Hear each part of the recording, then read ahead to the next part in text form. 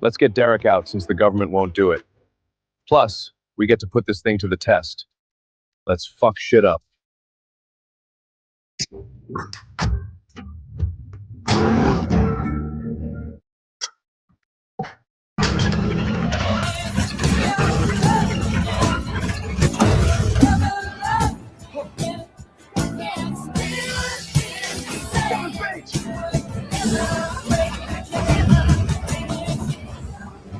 Holy shit, man. Thank you. Are you who I think you are? Damn fucking right, baby. Now let's get you home.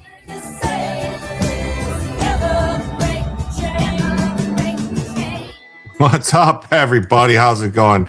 That will get cut out in the replay because that music is, clearly, Fleetwood Mac, and they're not gonna, they're not gonna let me put it. But I'm so glad to see everybody here tonight. What's up, Ted? Great to have you here. Good evening, Miss Hacker. Awesome to see you, Caitlin. What's up? Sending love and respect from Yosemite. Well, thank you. What's up, Dan? Good to see you, Miss Gatlin. Sylvia, good to see you too. Yes, hello, everybody. That's right. 92 on the beach today. Well, that's cool. That's a nice time there. Let's see. Iowa Backyard Cams was here, says has a great night. And Shadowings was here. And then Sanglant was first. What's up, Sanglant? Was number one tonight. So great to have everybody here. Yes, beautiful Bella. Yes, she's here. What's up, Happy Florida Girl? Good to see you. This is what I got for Bella. It says dog is human. Some kind of stuff. They claim it's supposed to help with the yeast and stuff like that. So we'll see. This is the third day now she's been on it. They said it'll take a little while. So we'll see. We'll see if it works. What's up, None of Your Business? How you doing? Great to see you. Jonathan Marcos is here too. That's right. And so I guess I'll just start with the goal, and I hate doing this. I hate talking about it. I feel icky, but I don't know. Anyway, but the show is going to be about 2 hours, 2.5 hours, something like that long, unless we hit the goal. The goal is for every $100 in total that comes in across all platforms, YouTube Super Chats, Rumble Rants, becoming a member or gifting a membership on YouTube, Rumble, Kick, or Twitch, along with Locals and Locals coins. Locals seems to be down today, so that's not going to probably happen. And also Cash App, PayPal, Coffee, Ko-Fi, and Super Tips. When we hit 100, we add everything up. When we hit 100, we add an extra hour. And then for each additional $100 that comes in, we add another additional hour to the show. So the show could be as long as you want it to be. It could be 2 hours, 3 hours, 4 hours, 6, 8, 10, 12, 24, 36, 48, hut, hike. You name it. You guys call the shots. And as an added bonus, when we hit 50, we activate Bellavision for the evening. But if somebody is so generous that they donate $25 or greater as an individual, in total, it doesn't have to be all at once, we activate Bellavision automatically. And that could be like, a Cash App, a PayPal, a Super Tip, a Super Chat, combination, or even some memberships. 5 memberships would automatically activate Bellvision for the evening. Let's get in. That's right. More nonsense from our illustrious government or less. It's more, always more. Jews in Israel must have attacked Rumble. Why is Rumble down too? Rumble seems to be working. It's just locals. It's just locals, I think. Just locals. So let's get into the first a story of the evening. Yes. All right. So Tyler Robinson rarely hit the bullseye in practice shots. Because these could be very tense and emotional. All right. Anyway, I don't know why it's doing that. The prosecutors say. So the prosecutors argue that his poor aim proves he was knowingly endangering thousands at the Turning Point event. It's also that they made their arguments and said that the engravings and other things proved that it was him, and that it was because of Charlie Kirk's political leanings, so that he was targeted for his political leanings. Rumble was down earlier. I do not do locals, not Rumble. I am good. Oh, there you go. Hey, Lady Bama, great to see you. Lynn P says, like, follow, and be a subscriber. That's right. Be a subscriber. I ate a $300 bill, just got my car to start again. Me, angry monkey. Oh, God, I hate that. I just had to pay for, wasn't for my car, my daughter-in-law's car. The alternator went out. And so I had to, get that fixed for her, and so she could get around and stuff. But man, and then I figured out what the problem was. It was also there's like a little thing that sits on top of like a plastic or rubber grommet that sits on top of the brake pedal. And so when you release the brake, it hits a switch that shuts the brake lights off. Well, that was broken. That's why it was wearing down the battery, and then the alternator eventually went out. So there you go. Hey, what's up, Finch? Great to see you. Thanks for being here. Karen, good to see you too. So let's see. Let's see this. We'll listen to this real quick and see what they say. And a Fox News alert, because these could be very tense and emotional moments inside a Utah courtroom this morning. For the very first time, Charlie Kirk's widow, Erica, and his parents are set to come face to face at a preliminary hearing with the man accused of killing him. Matt Finn is outside the courthouse in Provo, Utah with more. Hi, Matt. Hi, Dana. This week will mark 10 months since Charlie Kirk was assassinated here in Utah, and his alleged assassin, Tyler Robinson, has yet to even enter a plea. Robinson's defense team tried multiple strategies to get the possibility of the death sentence off the table and delay the beginning of the preliminary hearing that's scheduled to begin this morning and last all week. Now, in Utah, a preliminary hearing is used to determine if there's probable cause to move forward with a murder trial. Late last week, the Utah Supreme Court denied 3 appeals by Robinson's legal team, which paved the way for the prelim to begin today with a camera in court. Tyler Robinson is charged with aggravated murder in the assassination of Charlie Kirk. In court this week, the state has indicated it's going to present a video that shows Robinson's former roommate and lover, Lance Twiggs, telling police that Robinson confessed that he assassinated Charlie Kirk, who was murdered last September 10th at Utah Valley University. Investigators say Tyler Robinson shot Kirk with a rifle from a rooftop and then in text messages confessed to his roommate lover, Lance Twiggs. Hey, we know all this? Texted, "Why?" Robinson replied, "Why did I do it?" Twiggs said, "Yeah." Robinson explained, "I had enough of his hatred. Some hate cannot be negotiated out. If I'm able to grab my rifle unseen, I will have left no evidence." Now, the prosecution has indicated it's prepared to forewarn the families of Tyler Robinson and Charlie Kirk if graphic video or testimony is about to be discussed in court. And this morning, we have a brand new statement from Erica Kirk and Charlie's family. It reads in part, "Every court proceeding serves as a painful reminder of his death and the loss that has irrevocably impacted our lives and the lives of his children." All right, well, this is kind of an old video, so we will get into this. So, accused assassin allegedly seldom hit the bullseye, sometimes missed the target completely when taking practice shots with the murder weapon, according to the prosecutors, who opposed the defense's attempt to have the death penalty taken off the table. I think that's all that they're trying to do, is they're just trying to get the death penalty taken off the table. That's the only thing that their only purpose. Like, they're not denying. I didn't see anything that looked like they were denying that he actually was the shooter. So they're attempting to illustrate the defendant knowingly put other people in danger, which I think he did. So the defense in a previous filing argued that the gunshot came from above the crowd, did not travel through it. They noted that only one shot was fired and struck the intended victim. No bystanders were shot. So, I mean, it's like they're admitting it. Like,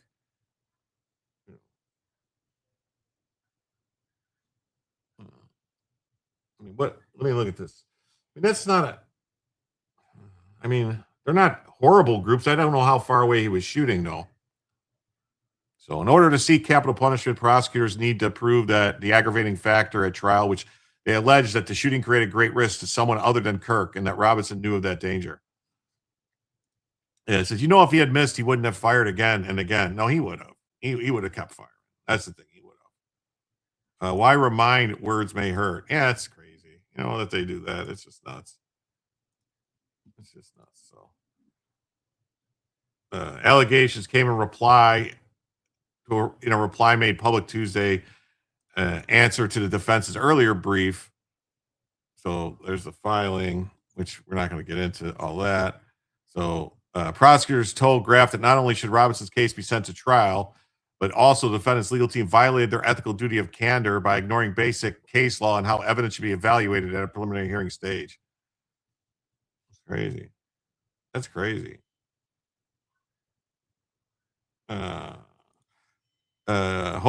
Hope you had a great day. People's pundit and Barnes say Paxton's going to lose. How trustworthy is he? I don't think Paxton's going to lose. This, you know, I don't think Paxton's going to lose. I really don't. Paxton has won statewide elections in Texas. Statewide elections in Texas for years, many times, like 3 or 4 times. When all this stuff, actually after all this stuff happened, he ran. He ran. So, you know, ran at statewide and won. So what if those shots were when he was dialing in the scope? Yeah, that could have been. Could have been. Could have been. So when drawing inferences, prosecutors wrote, the magistrate, the jurors overseeing must draw all reasonable ones in favor of the state. So simply put, Graff could infer the shooting. Someone on the other side of a large crowd could put bystanders at risk. Yeah. I'm a very good shot, but I would never shoot towards a crowd of people. Yeah. Robinson has not yet entered a plea. So he hasn't even, Paxton will be a great senator. He's never even entered a plea. So they're saying this is the rifle. That's clearly a newer stock. That's not an old stock. People's Pundit has historically been accurate. I just don't know what to make of his recent work. Well, he's not been that accurate. He predicted a bunch of things that did not happen. So in the past. So he's accused of driving from his home and fatally shooting Kirk. So there's this, and then this story. Utah prosecutors say the defense has not challenged the substance of the evidence demonstrating his guilt in the killing of Charlie Kirk. So, defense has not challenged the substance of the evidence. So, in a new filing, the man charged with killing Turning Point USA's founder, Charlie Kirk, the prosecutors argue that in the defense's filing, they did not make any valid challenges to the evidence presented. You know, they urge the judge to make the probable cause finding, allowing the case to move forward. The case has not yet gone to trial as the 1-year anniversary of Kirk's murder nears. Yeah. People's Pundit also said Cornyn would lose. So, okay. Yeah.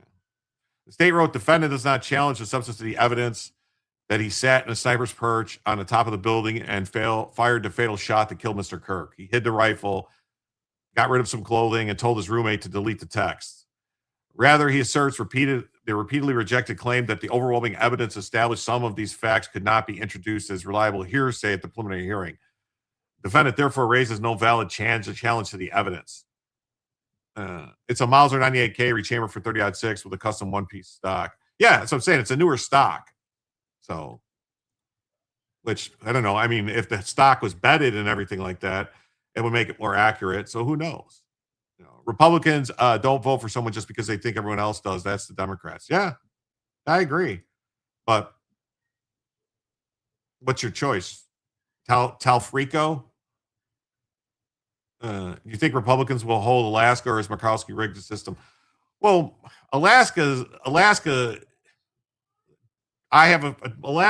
Dan Sullivan should be fine. The actual, as long as people don't get confused and vote for the wrong Dan Sullivan. Because believe it or not, that guy still took in like 2 percentage points. The fake guy got 2 percentage points. Probably people were just confused. So they raised no valid challenge to the count 1 as at least murder, count 2 felony discharge. Wait, I thought it was supposed to be not something not murder. Candace made a whole big deal saying that it's not murder, it's something else. Obstruction of justice and tampering. Prosecutors rose to the defense challenging of the aggravated circumstance that he knowingly created risk of death to another is based on his misrepresentation of both the evidentiary standard at preliminary hearing and the test for establishing that aggravating circumstance.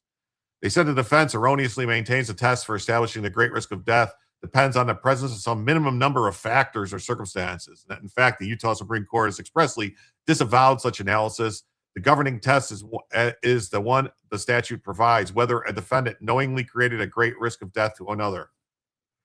The evidence here establishes at least probable cause to believe the defendant did so when he intentionally fired his grandfather's high-powered rifle towards a crowd of thousands, some of whom were in the line of fire between him and Mr. Kirk, while others were in close proximity to Mr. Kirk. So, yeah, I mean, I think that's it. So the prosecution said the evidence presented at the hearing supports a reasonable belief that the statutory test for great risk of death aggravator is satisfied. There were several people close to Mr. Kirk when the defendant shot him dead. Most significantly, the questioner was directly between defendant and Kirk and within a few feet of Mr. Kirk. There was also several people who were near the questioner. There were those with Mr. Kirk under the tent.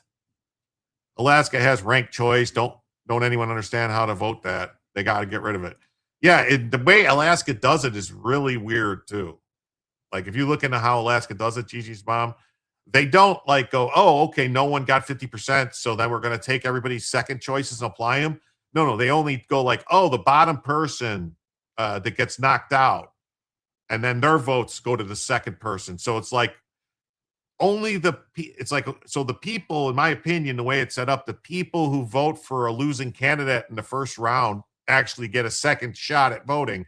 And if you pick the person that's in the lead, like one of the top people, you don't get your second vote to count at all. So it's really weird. It's really weird. What's up, Sweet Daydreams? Great to see you. Yes. So there was also those with Kirk under his tent. Indeed, from a distance of 410 feet from Mr. Kirk, basic mathematics dictates that an angular shift of even 1/8 of an inch would result in a substantial miss, either above, below, or to the right or left, depending on the direction, placing others in danger. There you go. Yeah. It's pretty obvious.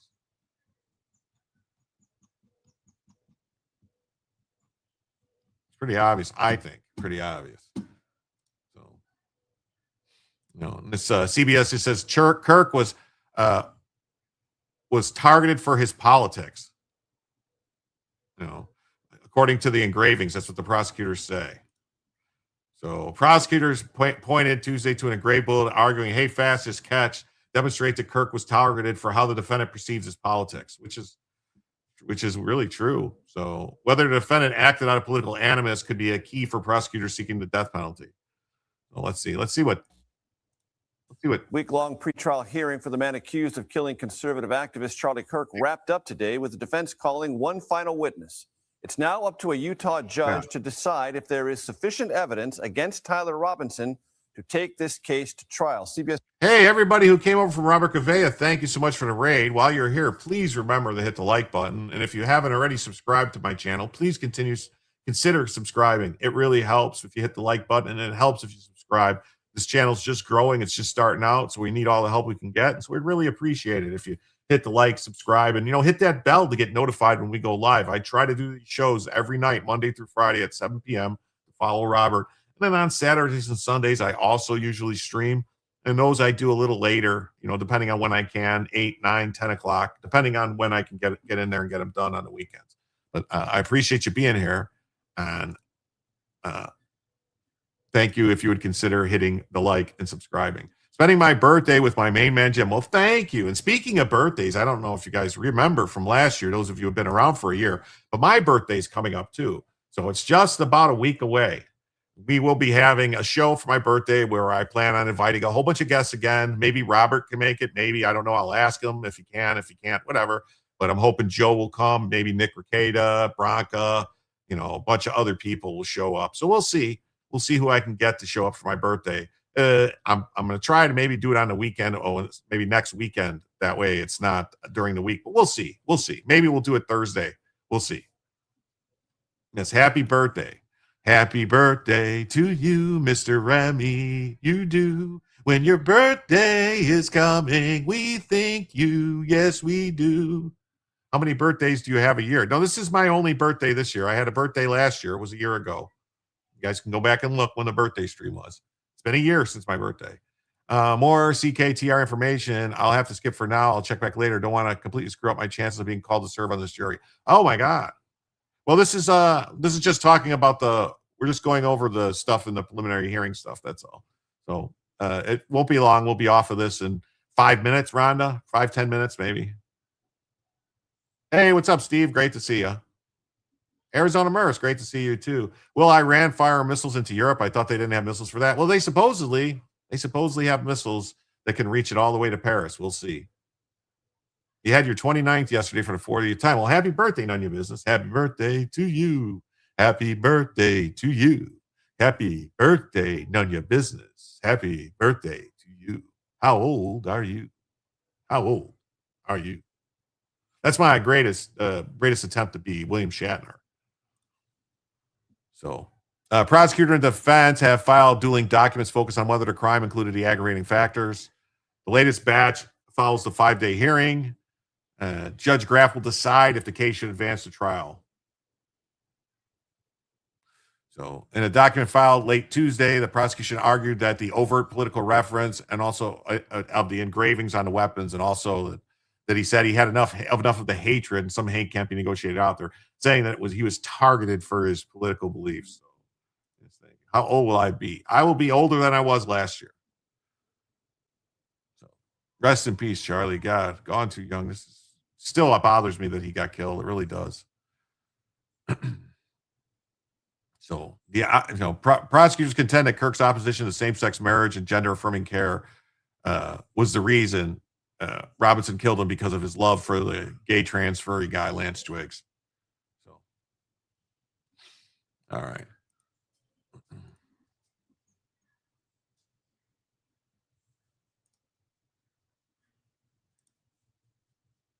All right, on to the next story. This is a good one. Good story. Next story. Merry birthday to all of you that have them. I tend to not say when mine is I not care. Oh, there you go. So, judge rules Biden's ghost gun rule, regulations that they tried to impose using, not by law, but they did it through rulemaking. They had the DEA make some rules that they tried to, going to send people to prison over. And a judge said, yeah, that's unconstitutional. You can't do that. Still bothers me like it was yesterday even. Yeah, it bothers me too, man. It really does. Who does Owens think killed Kirk? She won't tell you. Owens won't tell you. I honestly think everything she's doing is just all about making money. That's it. A judge on Tuesday ruled against the Biden-era crackdown on ghost guns. The Biden administration attacked so-called ghost guns, not because they were driving deadly crimes, but because they represent a way for citizens can avoid some of the bureaucratic red tape designed to restrict gun ownership. Since citizens can put guns together using kits instead of buying them through manufacturers, the guns do not have serial numbers, making government surveillance much harder. Lay down. You don't need to go out. You were just out. You're not going out there to beg for food. Gun rights advocates are already celebrating the ruling that the ghost guns regulation had violated not only the Second Amendment, but also the due process clause of the Fifth Amendment. Now, Judge Reed O'Connor strikes down Biden's ghost gun after SCOTUS upheld it on statutory grounds. The final rule is unconstitutional under the Second Amendment and void for vagueness under the due process clause. Oh, the French Foreign Legion is the number one theory. I bet Charlie knows. Probably. The final rule is unconstitutional, which is good. Forbes in every town, even while trying to gin up fear of the hatred of ghost guns, had to admit in 2024 that such firearms made up only about 1.5% of recovered guns at crime scenes across more than 30 cities. Yeah, so it's not even like a big part a big number of the guns. It's just, just anything, any type of just, they don't have control. They want control. It's what it's about. So the numbers fluctuate. Federal authorities under Biden kept saying that the number of ghost guns that police seized had increased astronomically, but the sources seem reluctant to state what percentage of those guns were connected to crimes versus the guns that police seized purely because they didn't have serial numbers. They won't tell you. So ATF received 45,000 reports of suspected ghost guns between 2016 and 2021, but it's not clear how many of those reports were accurate. In 2022, ATF received 620,000 trace requests, of which only 19,000 were actually ghost guns. GOA insisted that in 2022 that criminals commit more violent crimes with blunt objects than with ghost guns. In short, the hard data does not seem to support the argument that ghost guns drove a massive crime surge. Violent crimes on the downtick. Seems like all you have to do is actually enforce the law and arrest people when they commit violent crimes. And what do you know? Those crimes go down. If you keep the people that are committing the violent crimes in jail, they can't commit more crimes. I mean, that's the bottom line. I mean, we've been going through these like cyclical spikes. And if you guys remember back in the 90s, there was a huge spike in crime in the 90s. All right. And then a whole bunch of people got locked up for a long time. And then they got out of jail, after serving I don't know, around close to 25 years for violent crimes. And then now they're out again and they're committing crimes again. It's a very small percentage of the people that commit the crimes. Like even New York admitted that they have the same people committing all these crimes, and because they just keep letting them out of jail and then they just keep committing more crimes. Like that's why you see these reports of this guy, was out on, arrested 90 times, arrested 40 times, 50 times. The rate is insane. The few ghost guns found at crime scenes may not have been involved in a crime, and some are likely stolen from the owner. Yeah, you don't know if they were stolen from somebody or not. Why are ghost guns counted? Consider all people carrying. Yeah, that's right. And we imported foreign gangsters. Well, yeah, that's part of the problem too. So the founding fathers saw the right to keep and bear arms as a right that protected all others. It was a fundamental guarantee against a domestic tyranny. And there could have never been a revolution if the founding of America if they didn't have the ability to make and keep their own guns, but they did. Britain tried to take the guns away, and it didn't work. We fought back. The American forefathers fought back. That's why the British tried to seize the firearms and gunpowder whenever they could. Without the Second Amendment, how any other parts of the Bill of Rights safe? They're not. The Second Amendment is what protects all the rest. The Biden administration was so aggressive in attacking gun rights is not a coincidence. The same administration also undermined free speech, freedom of religion, the right to a speedy trial, and many other constitutional rights that are all connected. That's right. And they didn't care. They were just trying to get us. They want control. It's all about control and power. That's what it's all about. Control and power. We can't let them do it. We have to defend ourselses. It was like 12% of people committing 43% of the crimes. It's crazy bad. It's if you just take violent crimes, all right, it's like 3% of the people committing 70% of the violent crimes. It's insane.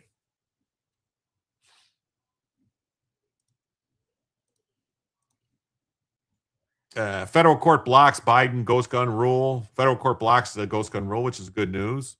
All right. Then Bearing's Arm says another Biden era gun regulation goes down in flames.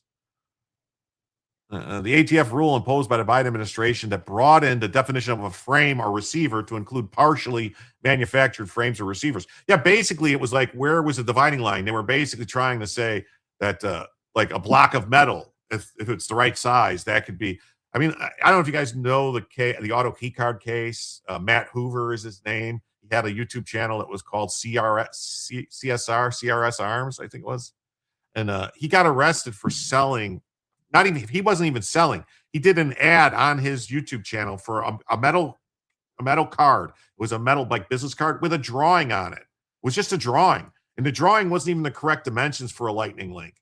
But he got sent to prison for advertising the drawing, that if you cut the drawing out and followed the lines on the drawing, it didn't work. They had to cut it a different size. So yeah, that's insane.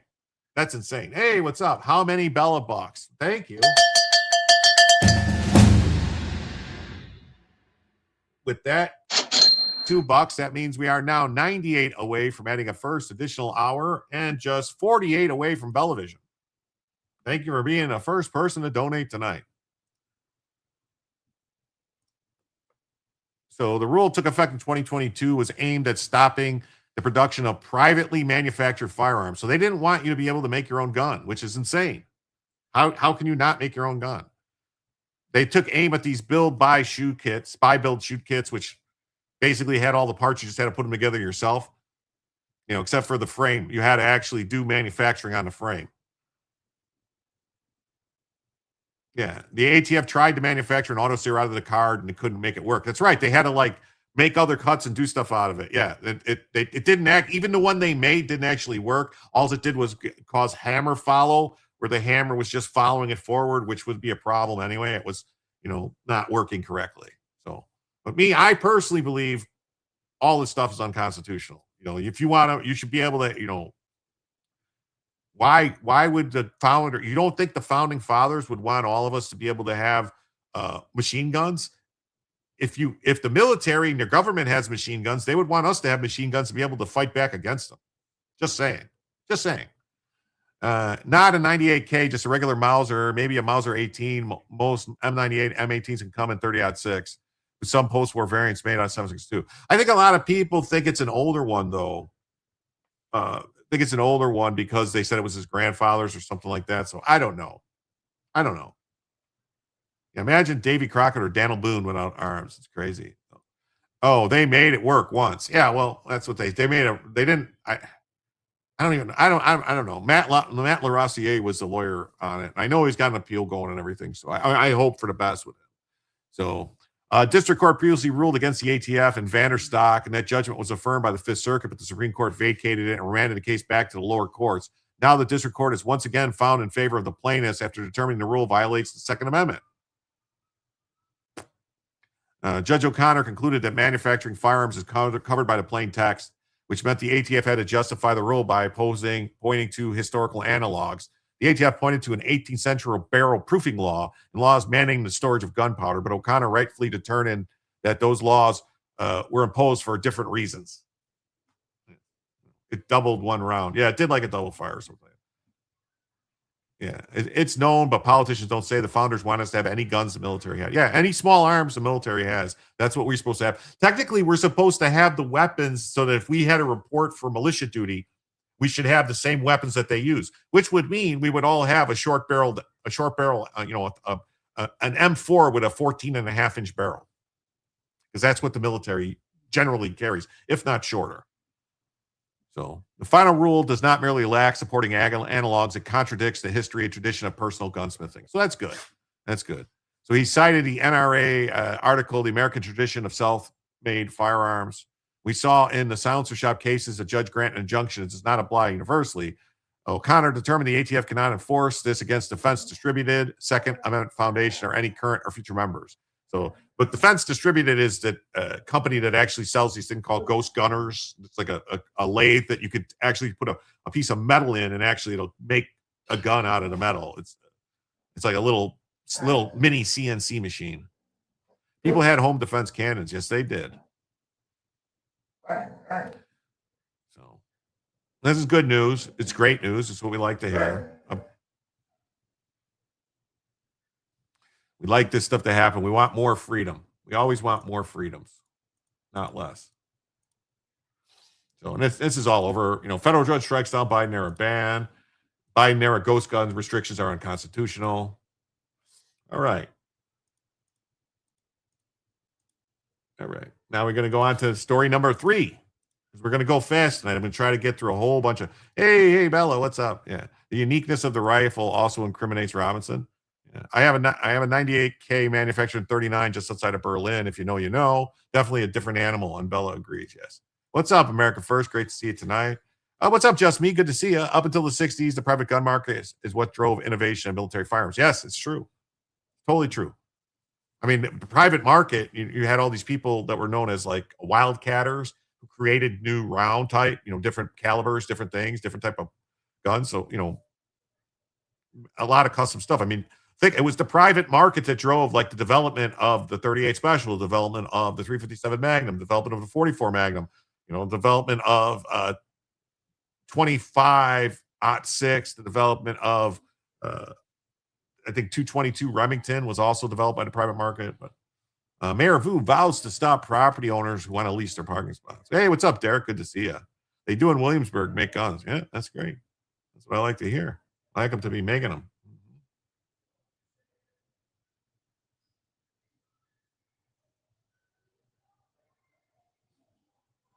That's what I like to hear. So here we go. Ex-Florida state rep charged with kidnapping, molesting a young boy years after ex-wife accused him of child abuse. You say, what? Say, what? Yeah, screw woo. That's right. They built their own guns. My uncle made his own. Yep, Stoner, Browning. Yeah, Carbine Williams. Think about this. You know, the M2 carbine, which is what the little, 30 carbine round that the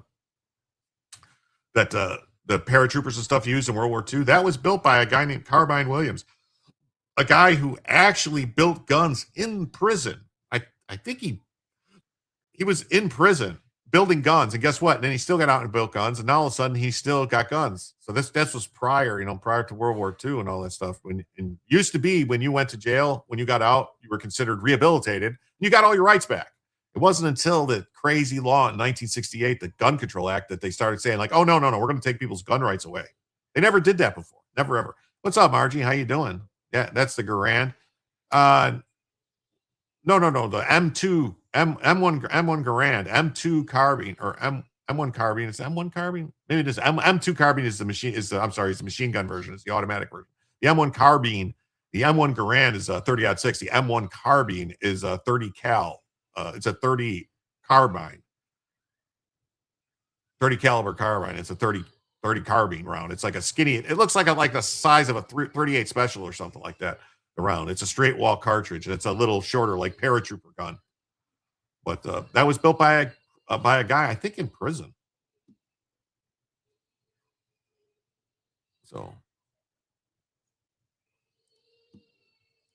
a former Florida state lawmaker who's up for re-election as a county clerk. Court clerk was charged Tuesday with kidnapping and molesting a young child, allegedly even urinating in his mouth on a cruise, according to a disturbing court documents. You ain't kidding. This is disturbing. Palm Beach County Clerk and Comptroller Michael Caruso, the father of 7 and longtime Little League coach, was accused of repeatedly molesting a boy who was not even 5. Yeah, not bottleneck. Yeah, it's just a straight wall cartridge. M1 carbine is a 30 cal. Yeah, it's a 30 caliber straight wall cartridge that has like the same. It has about the same power as a 357 Magnum. A little bit depending. Sometimes it depends on your ammo. Sometimes it's more powerful than the 357 Magnum. Sometimes it's not as powerful depending on the ammo when you compare it. If you have not demonstrated that you're a dangerous person based on the type of crime you committed, there is no reason to ban you from having guns for life. Yeah, guys can't afford to soup up their cars, so now they customize their ARs. Guys always want to make something different than everyone else. Yes. Lay down. Stop it. They're not playtime. So this guy, look at him. Oh, God. He's got them weird eyes. So the current investigation stemmed from suspicious behavior while Caruso was on a 7-day Royal Caribbean cruise in 2025, according to the charging documents. If he was on a Caribbean cruise, though, wouldn't this be federal charges? Right? These would be federal charges, right? Because he was, so official disappeared for an hour saying he was getting the boy an ice cream. The boy's dad noting that his son returned in different clothes and that Caruso's hair was wet. Oh, my God. Shockingly, the boy then told his dad that Caruso made him have a shower with him and that the elderly man peed in his mouth, which the boy said was yucky. Oh, my God. This is disturbing. It sparked an investigation that found the abuse began in November 2024 when Caruso took the boy to a fishing pond, then touched and tickled his prior. Oh, gross. Hey, Regine, how you doing? Great to see you tonight. In another incident in the same month, he allegedly exposed his genitals to the boy and played a game called Tickle Monster. Why is Bella crying? She's not crying. She's just sitting here. She wants to go. The kids are still making noise and playing. She wants to go play with them. But the boy's father confronted Caruso, who attempted to blame his evil ex-wife for fabricating the allegations to turn the two against each other. If you tell anyone I'll get arrested, I will just go away. You tell anyone I'm going to jail, he told the victim's father, who also claimed he's only attracted to women. The story is he looks like a creep. Yeah, the story's going to make me cry, too. The boy has since been receiving therapeutic services, with specialists telling the family exhibits response is consistent with trauma. Oh. This is like, I mean, stuff like this. I don't even want there to be a trial. It's a sicko. You know, Caruso's first wife and mother of their 7 children had previously accused him of sexually assaulting a child, which he denied in their 2013 divorce proceedings. The allegations were also investigated by Florida Department of Children and Families. Looks like he is a Democrat. He is a Democrat. I have a wood chipper emoji if you want to use it on your channel for special member emojis. Oh, that would be great. I'll put it in there. Oof. He's got that I'm a creep, I'm a loser eyes. Yeah, he does. It's bad. It's bad. Caruso was immediately suspended by Ron DeSantis from serving as the Palm Beach County Clerk of Courts and Comptroller, a role he is seeking re-election for in November.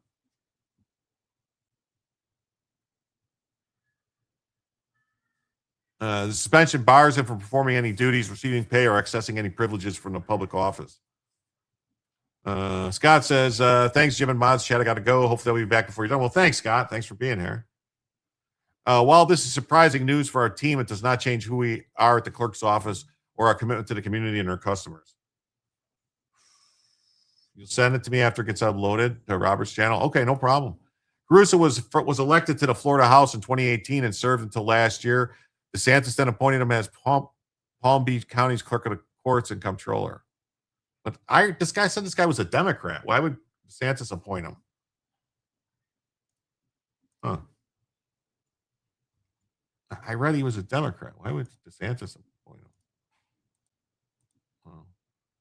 So yeah, Palm Beach County Clerk Michael Caruso arrested on child sex abuse charges. DeSantis suspends him within hours. So, state agents arrest him Tuesday morning on 5 charges. He oversees 650 employee office handling court records. Add the wood chipper over here too. Yeah, I will. Definitely. So, they charge him with 5 counts: kidnapping, lewd or lascivious molestation, lewd or lascivious exhibition, luring or enticing a child, and child abuse causing mental injury. They have not disclosed the time frame. DeSantis did not wait long. He released a statement the same day confirming the suspension. Well, good on him. The speed of the governor's action left little ambiguity about how seriously Tallahassee's treating the charges. Under the law, the governor has the authority to suspend county officials who face felony charges. The clerk's office said it learned of the arrest Tuesday morning and issued its own statement. So the office added it's waiting for guidance from the governor's office on next steps. The gravity of the charge is hard to overstate. Kidnapping is a first-degree felony, carrying a life sentence potentially. Well, Uthmeyer's office stressed that the investigation is not closed; it's ongoing, and additional charges and additional victims or both could emerge as agents continue to do their work. So Caruso has made no public statement in response. No attorney representing him has been identified. So Palm Beach was already under a political microscope. Caruso's arrest lands in a county that has drawn national political attention. Earlier this year, a Democrat flipped a Republican-held Florida State House seat in Palm Beach District 87, the district that includes Mar-a-Lago. Democrat Emily Gregory defeated Trump-endorsed Republican John Maples 51-49 in a special election, even though Trump carried the district by 11 points.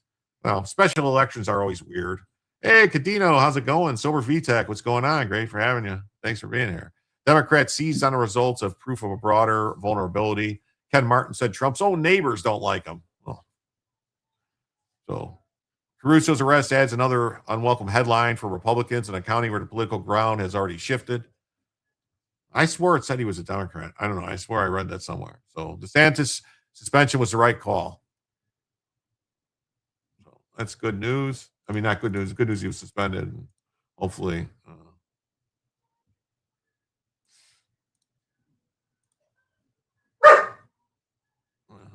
Same thing on CBS. Same thing on the local news here. Abuse charges. Local 10's Roy Ramos live in West Palm Beach with a major announcement today from Florida's Attorney General. In a little bit, we're also following breaking news, the arrest of the Palm Beach County Clerk of Court. He's facing child sex abuse charges. Local 10's Roy Ramos live in West Palm Beach with a major announcement today from Florida's Attorney General.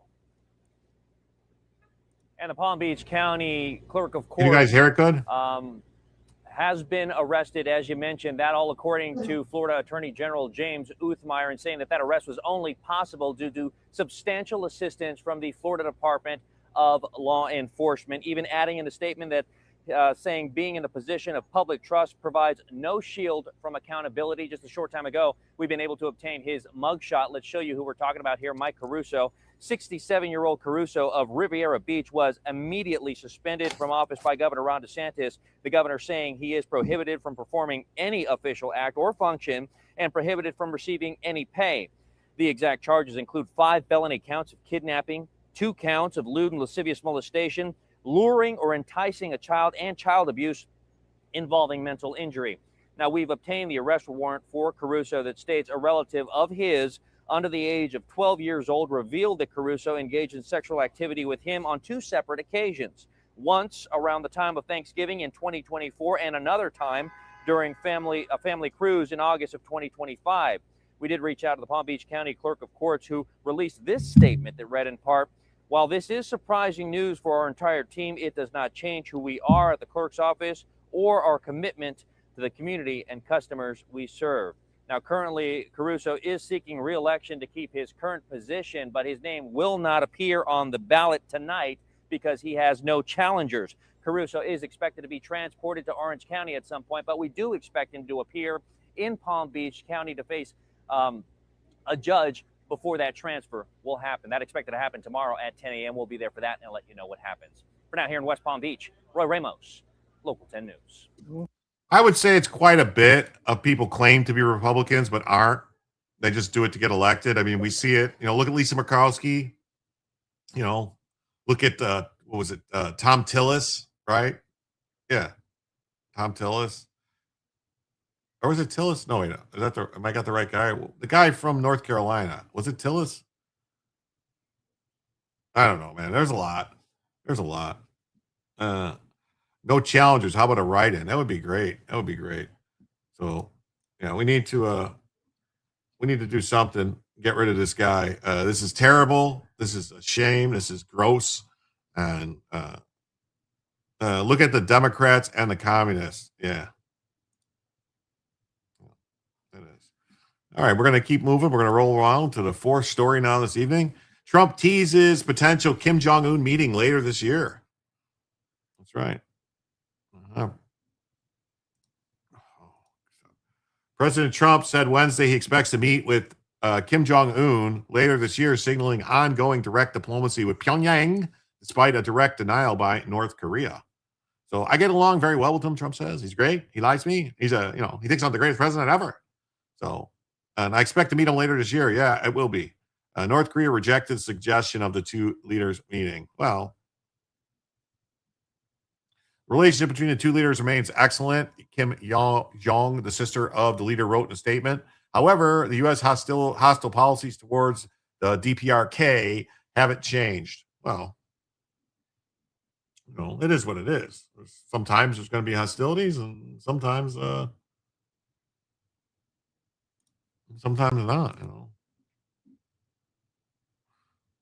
You got to do what you got to do.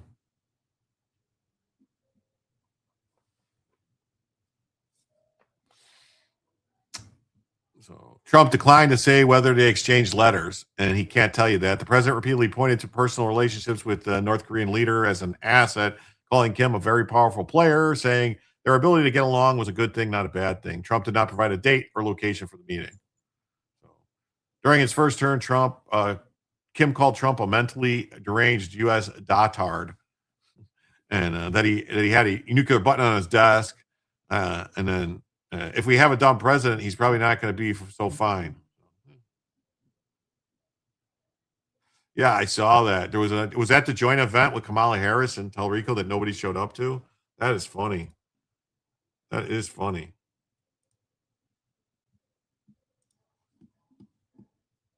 That is funny. So,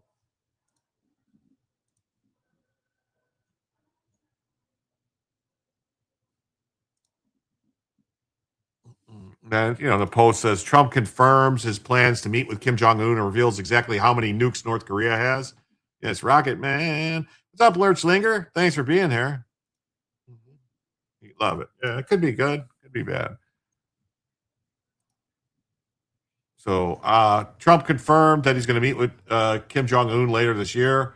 The third sit down between the two. Trump declined to give a date. Said he gets along with him well. It says about them that they should have never been allowed to get a nuclear weapon, and that they say that Kim has 57 very powerful nuclear weapons. They should have never been allowed to happen. They should have never been allowed to have them. If I were president, I wouldn't allow it, but he's got them. Past intelligence assessment indicated North Korea has between 50 and 60 active warheads, but Trump's comments marked the first time a U.S. official gave a specific number. Pyongyang did not immediately confirm a Trump-Kim meeting on their end. And I know it's going to be a long, long time. A touchdown brings me when I get too far. And all I ever had, I had all long, long, long, long. What's on the rockin' man? All the hand wrangling over South Korean exercises. Yeah, well. We all know that Democrats use every tactic they can in order to gain power, and deception is one of their tactics. They will play on those who don't do the research and claim to be on the other side, such as Republican. Oh, yeah, it's crazy. It's nuts. It's a game to them. It truly is a game. It's not just the Dems, but also the country club Republicans. Yeah, they're not really, Yep. Yeah, I got the story about, what's his face? About the judge. Sounds like a look here item. Yeah, it really is. The president made an announcement a few hours after the exercise were scheduled to begin. Ulchi Freedom Shield will now end August 21st instead of August 27th. Oh, so they're shortening the number of days. So the provocative, aggressive nature of the drills won't change, even though the duration and size were reduced. So Trump said Trump and Kim have met 3 times. So yeah. So I mean, I don't know. It'd be better if we could get along with countries like North Korea. They have, they have a lot, 57 nukes. They would probably completely destroy their neighbor, South Korea, if they were given a chance. So I have a feeling the Dems are going to use the flock cameras as a 50% issue to fool people that they give a shit about freedoms. Oh, yeah.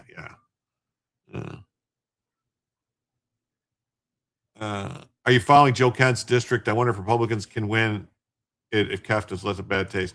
Well, I don't know. I mean, I don't think a lot of those counties, those districts in Washington and on the West Coast, I don't think it's I just don't think it's a fair election per se. You know what I'm saying? Know what I'm saying? You get me? You savvy?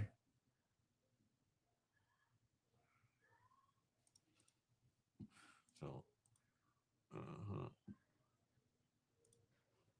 okay. All right. On to the next story, because this one isn't really a big story. Trump says they're going to meet. Will they meet? Who knows?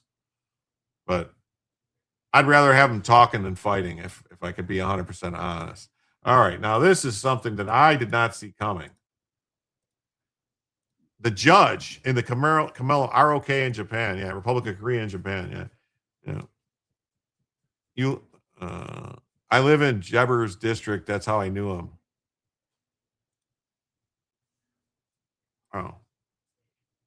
Oh, you paid. Hassan Piker's wingman brother is space engineer with security clearances. I live in Kent's district. That's how okay. Lots of homeless Democrats on the West Coast. Yeah, there is. There is a lot. So the judge in the Karmelo Anthony case had to recuse himself after the defense. They filed an appeal, and the defense challenged his post-trial comments after the verdict. So he just recused himself. All he said, he was asked if the jury got it right, and he said, "Yeah, sure, why not?" They looked at the case. A Texas judge has granted a motion to recuse the Collin County District Judge John Roach Jr. from presiding over the appeal proceedings for Karmelo Anthony. The 19-year-old who was found guilty of murder in the fatal stabbing of Austin Metcalf at a high school track meet and sentenced to just 35 years in prison. Just 35 years. That's it. Drones are being used to smuggle cell phones and drugs. Well, they've been used for that for a long time. They do use them for that. They do be using them for that. The development comes as Anthony's new legal team continues its aggressive push for a new trial, citing alleged irregularities by the underlying facts of the killing remain undisputed.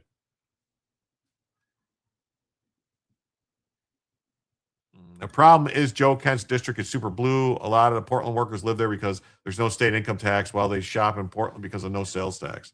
Someone on Aviva's board told me that a lot of Portlanders are fleeing to Vancouver and skewing the electorate. It used to be a Republican safe district. Oh, okay. It's really bad. Even outside the city, a lot of areas near parks and highways are, it's horrible.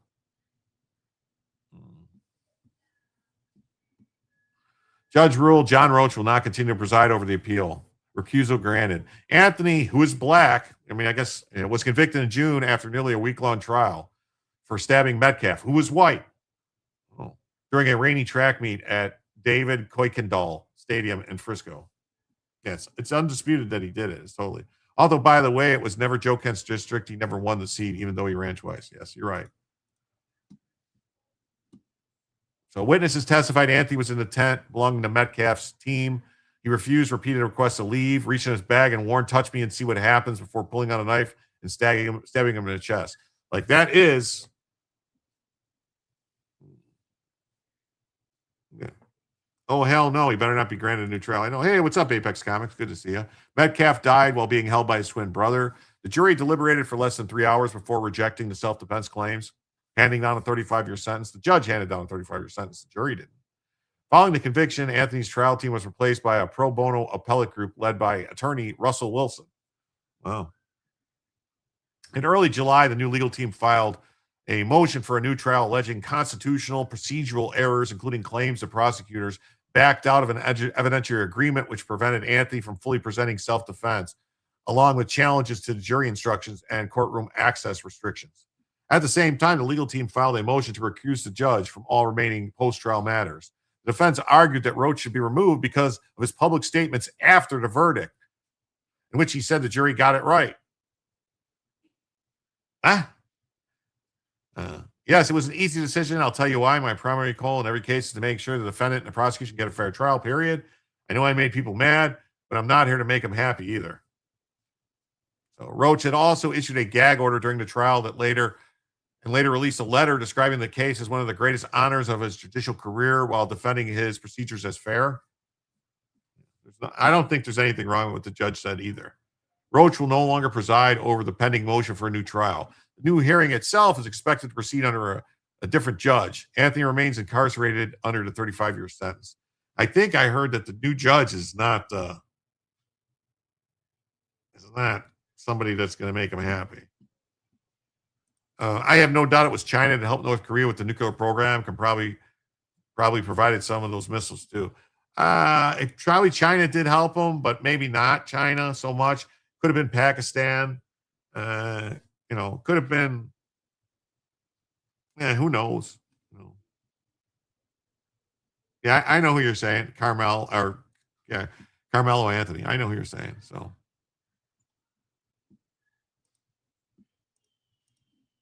Karmelo Anthony scores huge legal victory as judge who oversaw the conviction gets booted from the case. That's how the Post, describes it. So now this is going to make these people that have been running around get more power to say like, oh my God, look, they said this judge was crooked. So convicted murderer just scored a legal victory after had the presiding judge booted from his appeal.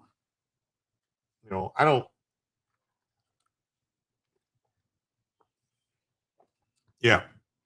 Our good friends at Pakistan. Yeah, that's who probably helped him. Anthony's new lawyer argued that he should be recused because of some statements he made after the trial.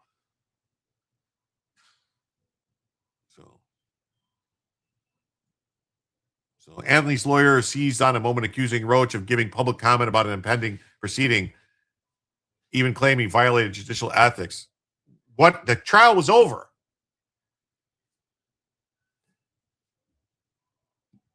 The new judge may not be any friendlier. Supposedly, the new judge, from what I heard, the new judge they call the new judge a hanging judge. So senior judge Sid Harrell granted the defense motion acknowledging that recusal is a very high bar and stating that although he personally believes Roach was capable of presiding over the case with impartiality, that's not the test. So a prosecutor, Bill Werski, vehemently protested the decision. He didn't do anything wrong. What is important to Judge Roach is being fair. So Worston called out what he called a concerted effort from social media and influencers to disrupt the trial. Some of them are here today. He was found guilty of murdering Austin Metcalf after a spat over a seat under a tent. The dispute began when Metcalf told Anthony, who was the interloper, to go somewhere else.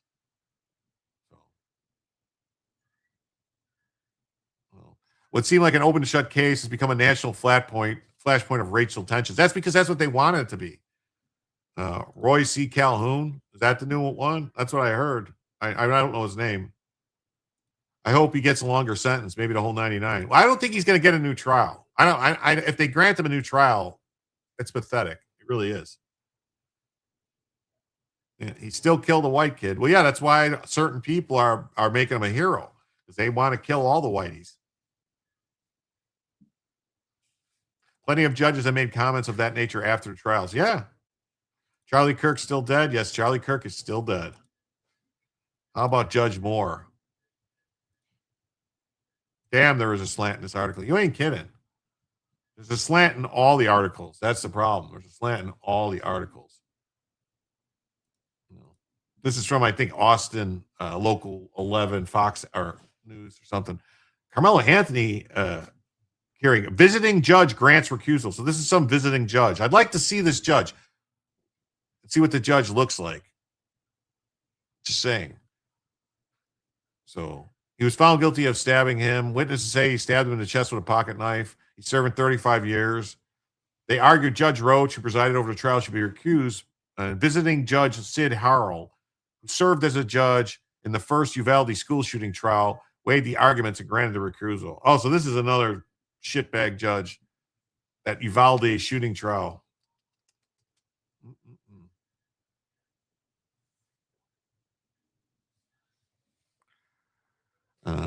Thursday's hearing for a new trial could feature new facts and testimony that had not been previously made public.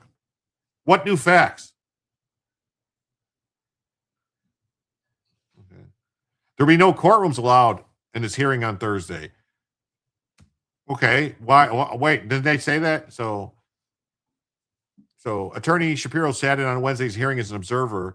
They made a strong argument. They laid out a lot of different reasons why the judge should be removed. And I believe the presiding judge heard all the evidence and found that, yes, because it seems that a third-party reasonable person standard, that's what he used. The visiting judge also believed Roach's post-trial comments raised an air of impropriety, or that could be viewed as not being impartial. Once your judge doesn't have to be impartial after the guy's fucking convicted. You don't have to be impartial after there's a conviction. That's the whole thing. The trial's over. The judge sat through all the evidence. So, the new judge assigned to the case for trial is Judge Michael Chitty, a retired judge from Kaufman County. So, they found a retired judge. Let's see who Michael Chitty is. Let's see.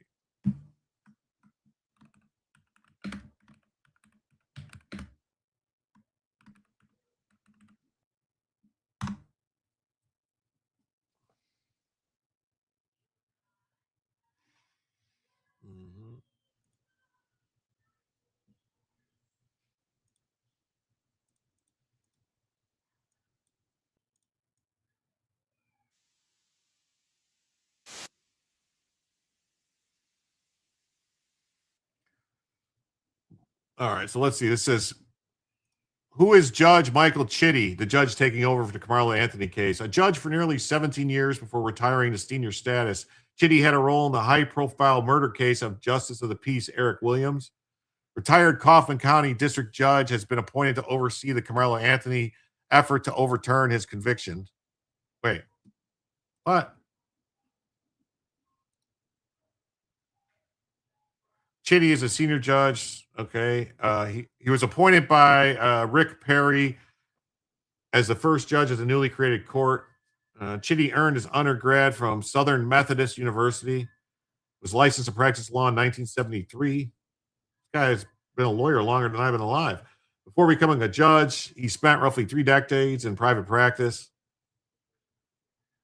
One of Chitty's most notable cases involved Eric Williams, a Kaufman County Justice of Peace who was prosecuted for stealing county computer monitors. What? Stealing county computer monitors? What a Chitty human being. Yeah, Chitty, go bang, bang. I hope so. Chitty, bang, bang.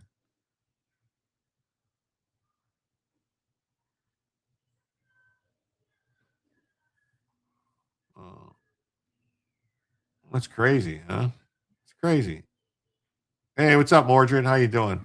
So Kaufman County prosecutor sought prison time for Williams, but Chitty sentenced him to probation. Later concluded Williams' prosecution and conviction fueled a revenge plot in which Hass was murdered.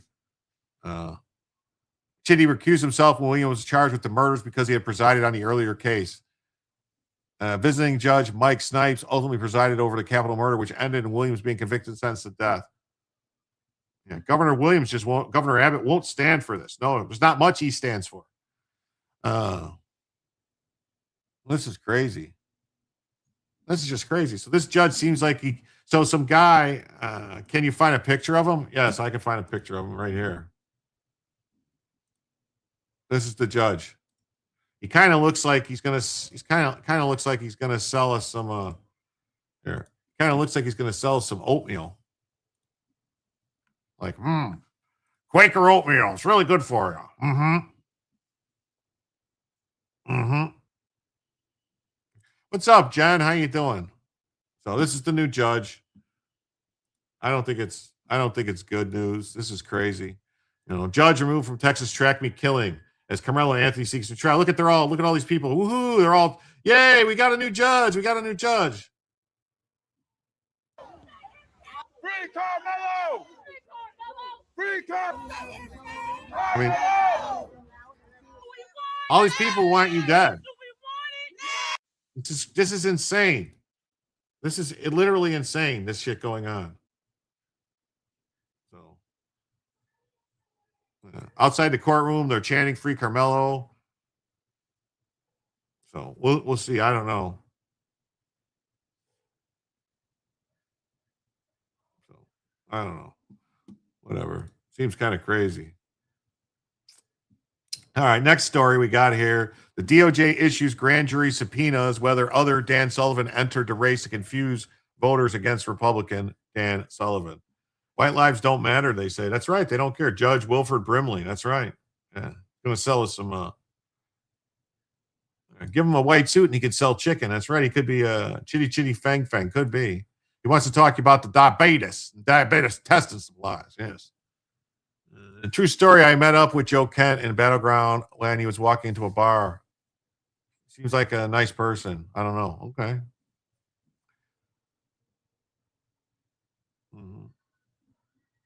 $100 bet. There's a GoFundMe page raising money in the appeal. Oh, yeah. There's definitely a GoFundMe. There's been a GoFundMe. Well, it's not a GoFundMe. I believe it has to be a Give, Send, Go because GoFundMe don't allow you to raise money for crime, supposedly. Here comes the judge. Here comes the judge. Yeah. So the other Dan Sullivan controversy just exploded into a full-blown federal grand jury investigation. The Justice Department's issued grand jury subpoenas as investigators examine whether Daniel J. Sullivan, the Democrat-friendly candidate running against Republican Senator Dan S. Sullivan, entered the race to confuse voters and divert support. Well, of course that's what he did. Yeah, what about the 20 eyewitnesses? Well, I guess they don't care about that. They're all racist, I guess that's what they say. They're all raxist. You see. They're all raxist, you see. That's how they do. Department of Justice examining whether the Petersburg teacher entered the race specifically to confuse voters. Potential charges under review include wire fraud, conspiracy to deprive Alaskans of a free and fair election, and a civil rights violation. That's because the person who decided to come, he registered as a Republican changed his registration from Democrat to Republican the day he registered to vote. And he was basically picked by the ex campaign manager for the Mary Palata or whatever the name is, the Democrat running for Senate. That's who's his campaign manager now. So it's obvious. I hope they get records and they get proof that these people were all involved, even that they get the Democrats. Get the Democrats too. So the former teacher registered as a Republican only a day before filing. It's denied the intent to mislead voters. So Dan J. Sullivan filed for Senate seat just before the June deadline. Almost immediately, Republican officials flagged him as a sham candidate. He had no prior Republican affiliation, switched parties right before launching. This year requested to appear on the ballot as Dan S. Sullivan, matching the incumbent's middle initial before correcting it to Dan J. This guy tried to use a fake 155 watching is 155 likes. Thanks. Well, I would wish some people would hit the likes.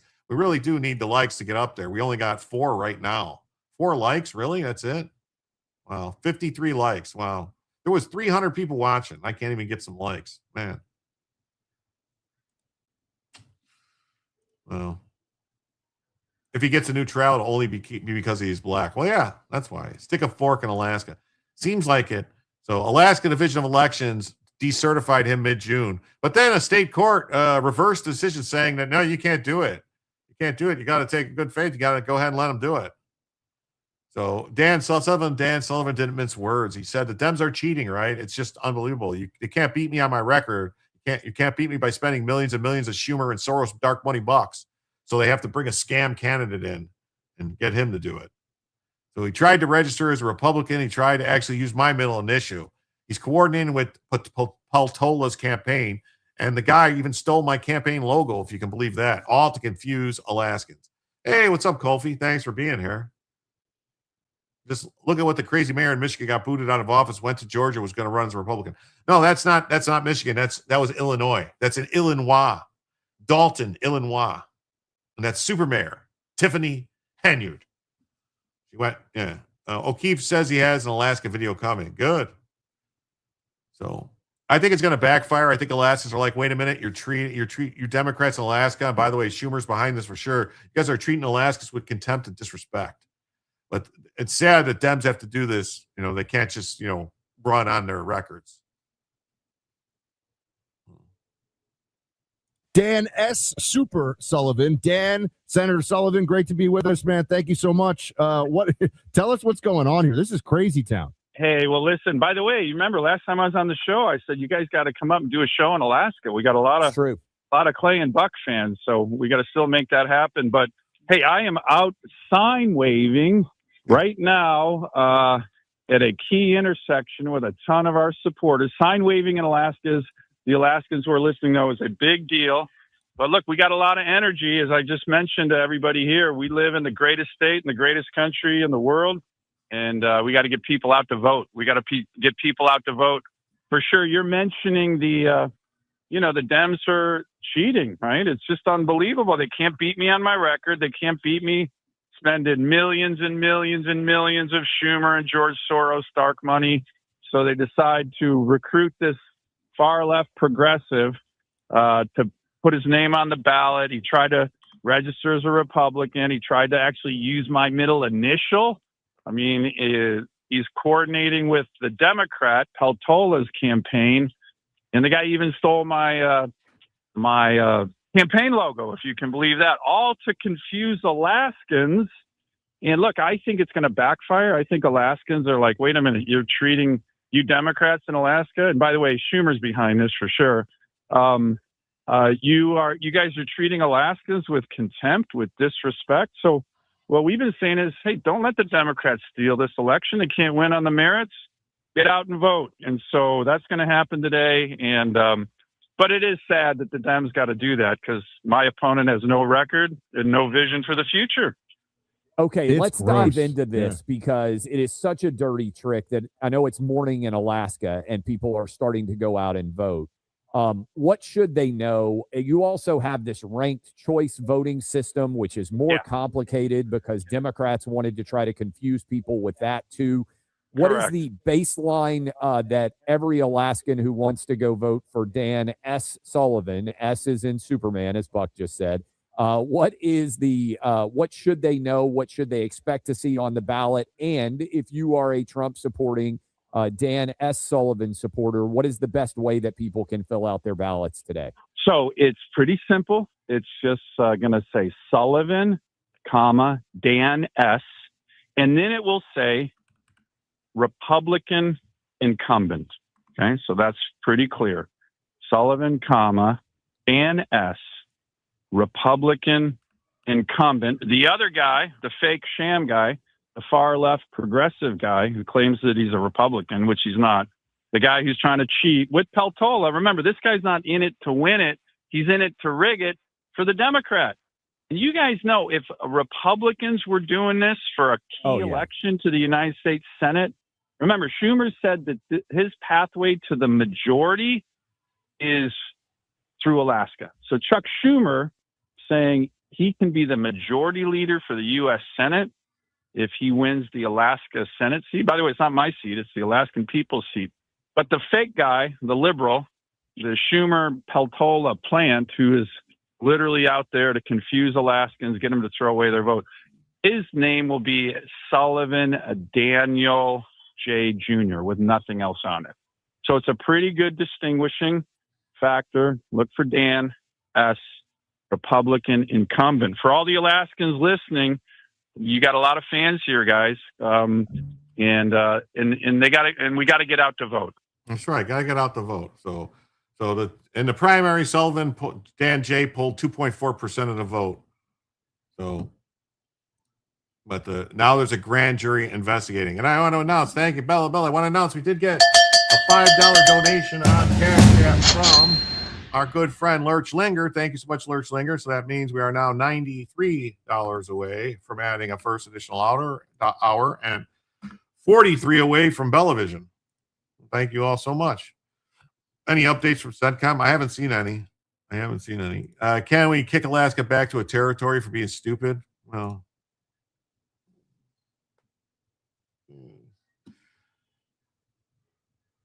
so the tangled web of Alaska politics just got more knots and kinks. The second Sullivan is broadly suspected to be running as a spoiler. But now on Wednesday, the day after Peltola put in a better than expected performance, DOJ grand jury issued several subpoenas. That's right. Several subpoenas asked why the consultant helped file him, a Democrat consultant helped file him one run. That's why, why would a Democrat help you do this? Another fun fact, he initially tried to use S instead of J. Everything gets curiouser and curiouser. There could be serious First Amendment issues here. There may be some actionable offenses based on the assertion that the challenging Sullivan dishonestly gave the wrong middle initial when he filed in order to look more like the incumbent. But that seems like a stretch. Alaska laws allow voters to change parties at any time. To make this an issue, one would have to be able to read minds, which in a grand jury last time I checked wasn't able to do. Well, Red State, here's the thing, though. If they can prove they're working with the Democrat, then that would be the proof. That would be the proof. Yet your FBI may be a problem, though. The more core complaint here is that Dan J. ran for office hoping to confuse voters. And we can't be sure what his motivations were. And we all know what the motivations are. This is so ridiculous. Questionable campaign tactics are used all the time. The late, great Rush Limbaugh urged listeners on what he called Operation Chaos to change registrations to vote in the Dem primaries. Well, that's a different thing. There's a difference between running as something. So hopefully something happens. No Bella today. Yeah, it doesn't look like we're going to even hit a Bella today. If they're allowing it and they're aware of the fraudulent practices, totally. Can't stay long. Got to make a pineapple pie. I've never had a pineapple pie, I rule. They got to give me the recipe. Send me the recipe for pineapple pie. I like pineapple upside down cake. I've never had a pineapple pie.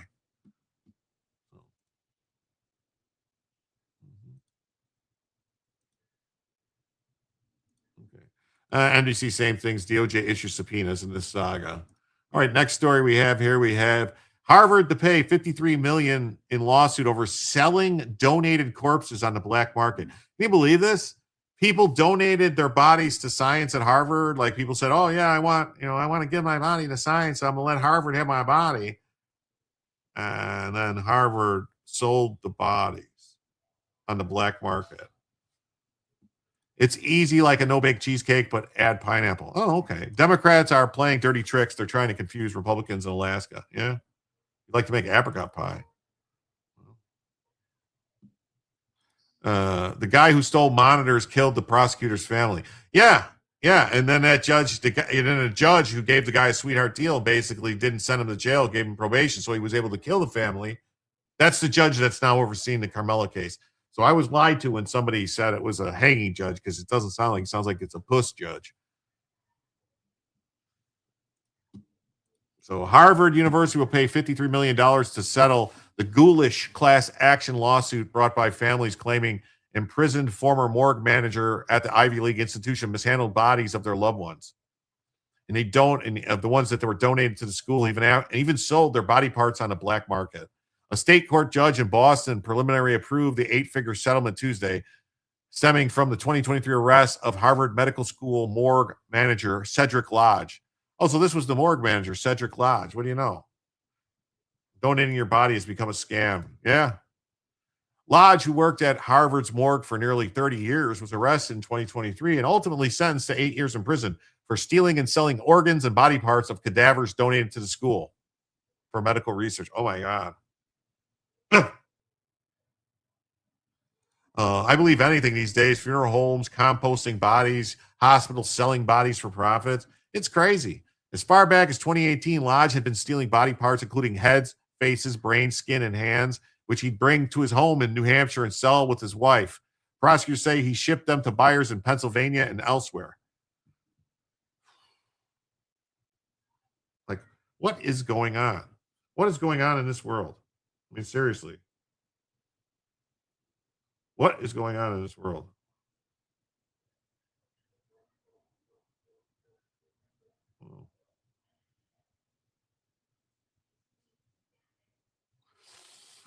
Well, hospitals kill to get parts. 27 years in the cemetery industry. Any Iran update? Seems like the blockade is working. CNN posted another article saying Iran's influence is reducing. I don't have any answers on Iran. They're not doing what I would do, which is you can't keep threatening to blow up bridges and power plants and then not doing it. You just can't. Brings a whole new meaning to looking on the internet for some head. Oh, wow. Stolen body parts create a Frankenstein monster. So in one horrifying example heard during the trial, Lodge provided skin to a buyer so it could be tanned into leather and bound into a book. That's gross. And another, Cedric sold a man's face, perhaps to be kept on a shelf, perhaps to be used for something even more disturbing. His wife was sentenced to just over a year in prison. So just a year in prison. Year in prison.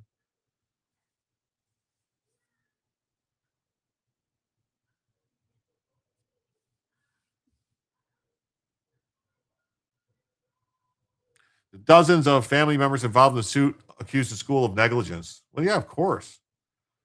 A judge initially dismissed the cases, but the massive two-shit Supreme Court revived them in October, saying the family's claims were significant to indicate the university acted in poor faith in handling the bodies, which were subjected to horrific and undignified treatment.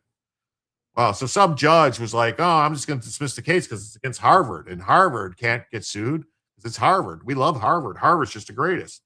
Yeah. Harvard's dean, George Daly, said the medical school dean for medical education, Bernard Chang, sent a message to the school calling Lodge's actions despicable and a flagrant betrayal of our values. We'll see. Human-bound books aren't that rare when you start looking for them. Oh, my God, that's gross. That's gross. The school will establish a scholarship for medical school in honor of those bodies that were donated. Oh, so we're going to start a scholarship in honor of the bodies that were stolen. Massive two chits. That's right. We hope this resolution ensures this never happens again. Well, no, it'll never happen again if you monitor what's going on and pay attention, actually supervise, or hire people that are respectable.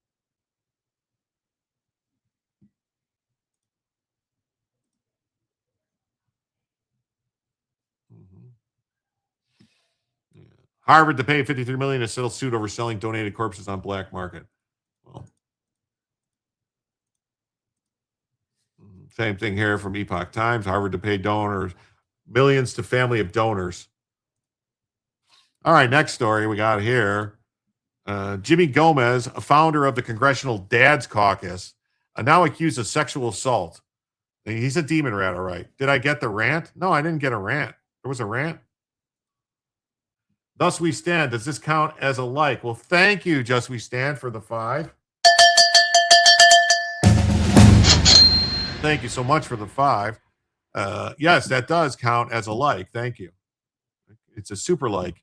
And with that, that means we're now just $87 away from adding a first additional hour to the show and just $37 away from Bellavision. You know what I like to do when I'm feeling like this, and I like to think of ordering myself some premium meats from the King of Biltong at www.biltongusa.com. That's what I like to do. All right. Because if you use promo code Jim, you can save yourself 10%. And then you ship it right to your door. All right. It's all from Texas. It's all organic, no pesticides, no hormones, no additives. It's great beef, 50% protein. If you like it spicy, you can get the peri peri, and it's not that spicy. It's just a little tangy, really. If you like really spicy, you can get yourself some of the ghost pepper or the Carolina Reaper. They also have drovers and cabanassi sausages. They have cakes, snacks, candies, and cookies from all around the world shipped right to your door. You can also get ribeye steaks, chickens, eggs, mashed potatoes, gravy. You can get everything. You can get a whole meal sent right to your house from the King of Biltong. He'll deliver it to you, and you can save 10% if you use promo code Jim. They have 8-ounce bags that you can get for your friends and family that make excellent gifts. So check them out and tell them Jim sent you. In South California, plumbers and electricians are millionaires. Well, yeah. So yeah, this guy right here, Jimmy Gomez. Oh, he sexually assaulted an intern. What a piece of shit. Trump took elbows up like a cholo carny to the cleaners. Yeah, that's what I hear. So the absolute moral rot in Washington, D.C. continues to expose itself. As the Gateway Pundit has reported extensively, the Demon Rat Party is a breeding ground for scandal, degeneracy, and cover-ups. Just months after Eric Fartwell and Tony Gonzalez were forced out in disgrace, another far-left California Demon Rat is facing the music. This time, it's Representative Jimmy Gomez. And the allegations just went from bad to completely criminal. Completely criminal. Hey, Roselle, thanks for stopping by. The House Ethics Committee was already probing Gomez for sexual misconduct after he was caught locking lips with a much younger congressional aide at a 2023 party. Now the investigation is blown wide open. During interviews, a woman has officially accused the married demon rat of sexual assault. An unidentified woman interviewed by the Ethics Committee accused the California congressman, of sexual harassment and assault, according to a statement to the New York Post. We represent the Lollipop Guild. No, we represent one of the women who was interviewed, all right, by the Ethics Committee. And they said that Jimmy Gomez is a raper. That's what she said. Not me. She said it. She said he raped her.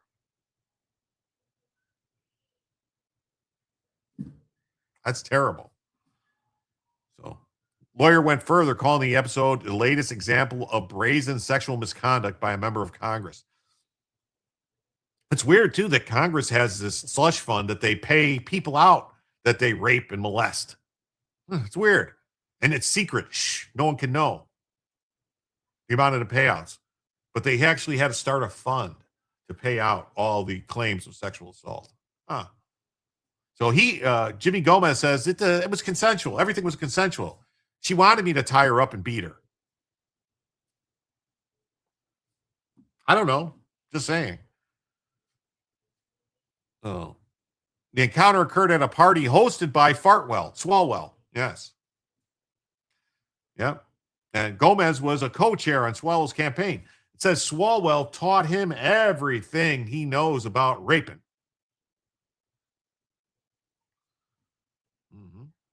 Gomez, who represents Deep Blue LA District, sits at the powerful Ways and Means Committee.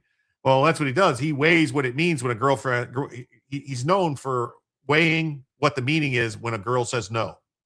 And according to Gomez, it doesn't mean much when a girl says no. And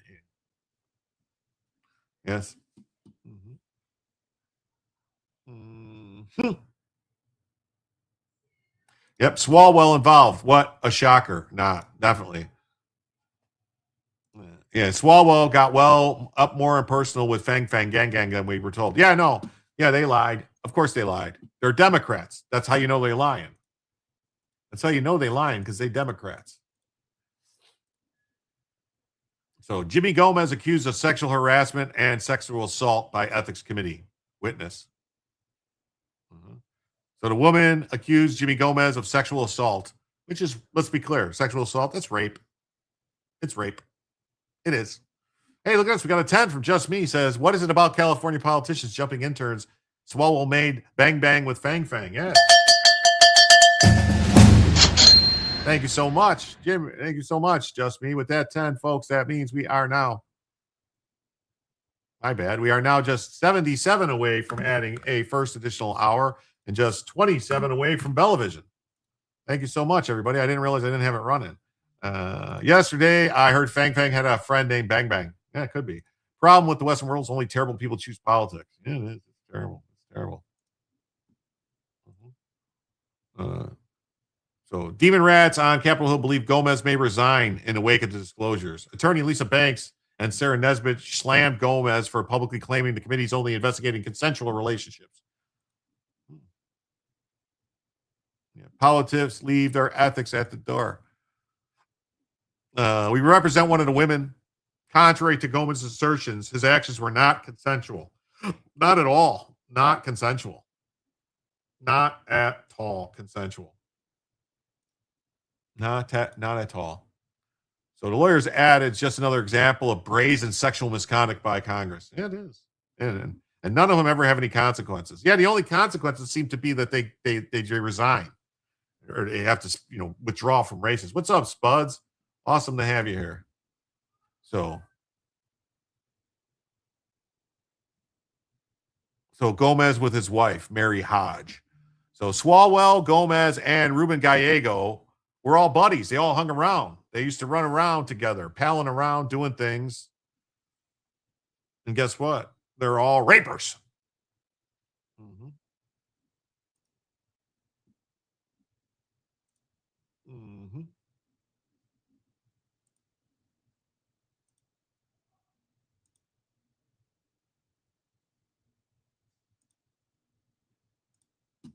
They're all rapers. They're all a bunch of rapers.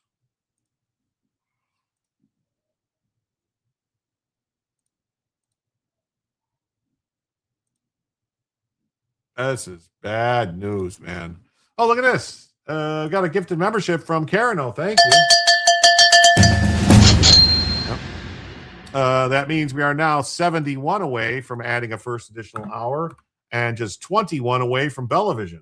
That's right, folks. We're just 21 away. We're blackjack away from Bellavision. Thank you so much. Let's see who got that membership. It says it went to Apex Comics. Apex Comics. Welcome to the JimSomniacs, Apex Comics. Thanks to Karen O. You are now a member of the JimSomniacs. Yes, the rape gang. That's right. Or funded by China. Could be. Serious question, though. How is it that Swalwell did with Fang not treason? I think it's treason. You think it's treason. But the Biden administration, or it was the Obama administration, I'm sorry, let him get away with it. It was Obama. How is this legal? Oh, it's never legal when Karen Bass is doing it, but she gets away with it.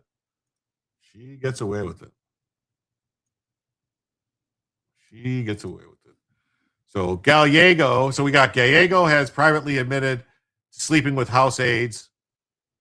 Yeah, he worked with at least two different lawmakers. Gomez and Gallego have spurred bipartisan push for Congress to restrict sexual relations between elected reps and staffers. Spud says more treats for Bella. Well, thank you. That means, folks, we are now just 66 away from adding a first additional hour and just 16 away from Bellavision. Or almost to Bellavision. It's nice to hear a creator use the proper words in your live stream. I hate the grape or essay unalive. Well, I try to be honest, as best I can. So in 2018, the House barred members from having sexual relations with their own staff and those on the committees they supervise. So that's what they started just screwing people that were on other people's staffs. The Senate did not adopt the rule. No, the Senate will let you do anything you want. The Senate don't care. This needs to stop.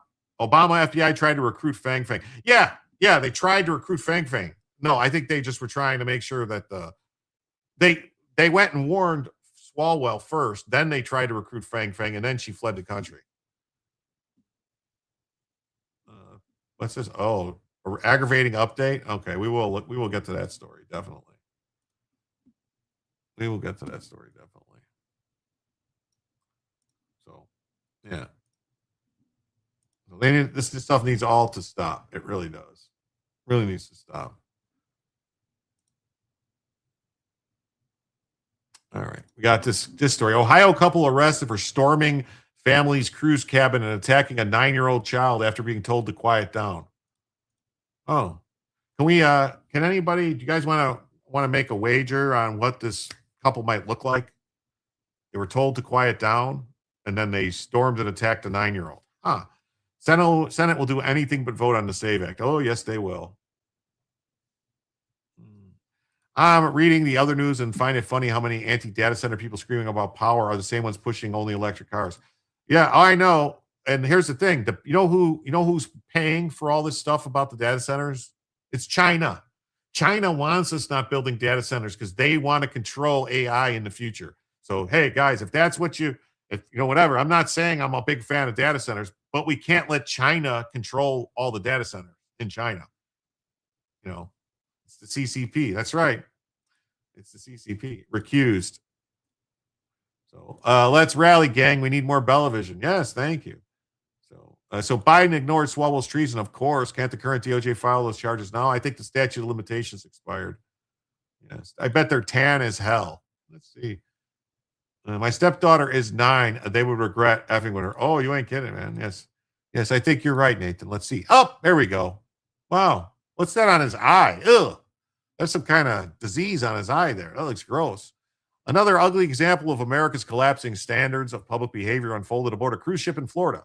Authorities say an intoxicated couple responded to a simple request for quiet by forcing their way into a family's cabin and attacking everyone inside, including a 9-year-old child. Yeah, it looks like some poop eye. He must have got it on the poop deck. Somebody pooped in his eye on the poop deck. I'm hoping that data centers will promote nuclear energy. It would be nice, wouldn't it?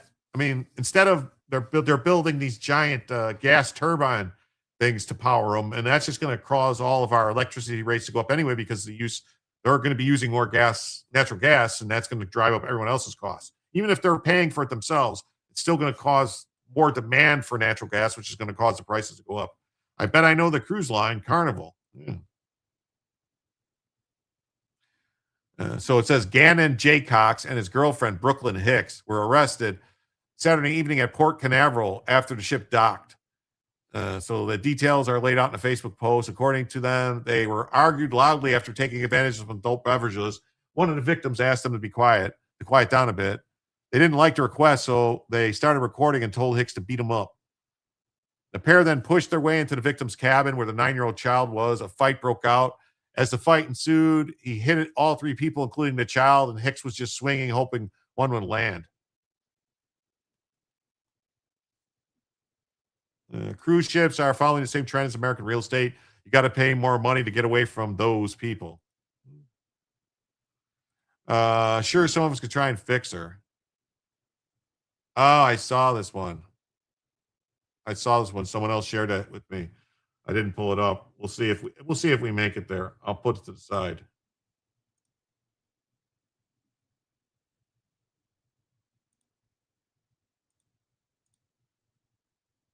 We'll see if we make it there. So the suspect's case were apparently arguing loudly. They got pretty gross injury to his eye that was caused by one of the victims or friendly fire. They don't know. Hopefully they enjoyed their extended stay at an unplanned destination with close quarters and sleeping arrangements. So they were charged with burglary and battery, child abuse. Hicks was charged with burglary, battery. Both were booked to the Brevard County Jail. Bond was set at $31,000 and $6,000. Hey, Jim, when are you going to answer my questions? What questions you got?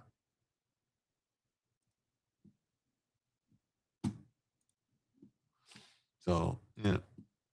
So, yeah, cruises are not what they used to be. I'm looking for someone with legitimate knowledge to look into the data center controversy in Utah. I've been trying to research all of it. I don't understand the language. Lots of corruption. Probably lots of corruption. The main thing, like even they're making a big deal about the water usage of the data centers, and I don't understand honestly why it's a problem. If they use a closed loop system, like they could just use glycol. They don't have to use water. I mean, granted, open water is probably the cheapest way to cool it, but there's other ways to cool it. Like, do I support being best friends with a communist dictator? No, you guys are the fucking communists. The fucking Democrats are communists. What are you talking about? You got Mandami the commie. You got all these DSA commies. Hassan Piker the commie. You guys all pal around in fucking Cuba. So you guys are the fucking commies, Greg. You are a commie, Greg. Congratulations.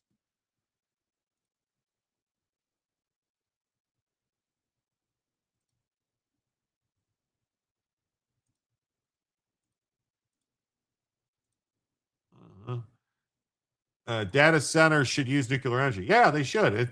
But the water thing is what I think. What I think most people are trying to complain about. Is it not arson if nothing burned down? Don't all kids play with hot wax? I did as a kid. That story, I think we'll see if we get to that story. Hey, what's up? Can't we all just get along? Great to see you. So radical Marxist Karen Bass gets torched online. Hey, here's one of your commie Marxists right here, Craig. Karen Bass, who trained in Cuba. Yeah. There you go. Carnival, Disney, Royal Caribbean were docked at Port Canaveral when the 9-year-old was attacked. Well, it wasn't Royal Caribbean, and I don't think Disney's not a cheap. So, she bragged Los Angeles will multiply her campaign donation 6-1 with public money. If you donate 5, the city turns it to 35. Oh, this sounds like straight commie stuff. Yeah, they were talking water here, but it seems to be deeper than that. Trying to figure out I need data center for dummies. Well, the IBW is a lot of work in the data centers. Yeah, it's a lot of work. A lot of work. Look at this commie right here. Straight commie. Mayor Bass was roasted after bragging that the city will use public money to multiply qualifying donations to a re-election campaign. I don't think this is legal. Bass recently posted a desperate plea for cash. When you donate to our campaign, the city can match it 6-1. If you donate 5, the city turns it to 35. How is this not illegal? How is this not a crime? Your donation to our campaign is more critical right now than ever before. Let me explain. Thanks to LA's Supermatch program, every qualified donation from Los Angeles residents is matched 6-1 by the city. But after the primary, we had to start over from scratch. So we need you to rush your matching donation right now to help fuel this campaign. Chip in $5 right now, and the city turns it into 35. Chip in $25 right. No, whatever. So this is just crazy. Under the arrangement, supporters 5 does not magically grow. The city adds another 30 in public funds, bringing the total to 35. That means if a donor gives 20, the city adds 120, bringing the campaign's total haul of 140. A 25 triggers another 150, producing 175. The shameless appeal immediately blew up in Bass's face. How is this legal? Why on earth are city taxpayers who can't even afford to clean the streets or have water and fire hydrants forced to match contributions? This is crazy. Comrade Bass. It's not a crime because it's California. Good news is most data centers are considered national security, so it really limits H-1B visa people. Well, that's good. That's good. Good news, maybe.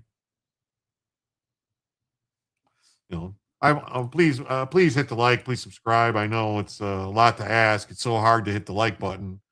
So difficult to just hit the like button. Only 74 out. I don't know. I guess every time I ask people to hit the like button, they just leave, which is weird. Where are the authorities to arrest Bass for this? I don't know, man. I don't know. Unfortunately, the program is real and legal. So they're saying it's legal. Los Angeles voters approved the public matching fund system decades ago. Qualified small donations are matched 6-1. The Ethics Commission runs it. A $5 donation can indeed become 35. She collected over $1 million in matching funds during her 2022 run. Wow. Legality does not equal legitimacy. Los Angelinos are watching their city burn literally and figuratively under Bash's leadership. This is crazy. This is nuts, man. This is just nuts. Now, you guys saw the story the other day about the biological parents of baby Gabriel that were trying to force the surrogate mother to murder the baby. She ran to Texas to save the baby's life. Still blows your mind how many commies are elected. Yeah, I know. It's crazy. I hope they close those loopholes too. So the parents of baby Gabriel file a $100,000 lawsuit against surrogate who refused demands to abort their son. Wow. The biological parents who tried to force the surrogate to abort their own son over a treatable heart condition are now suing her for more than $100,000 for refusing to kill the child.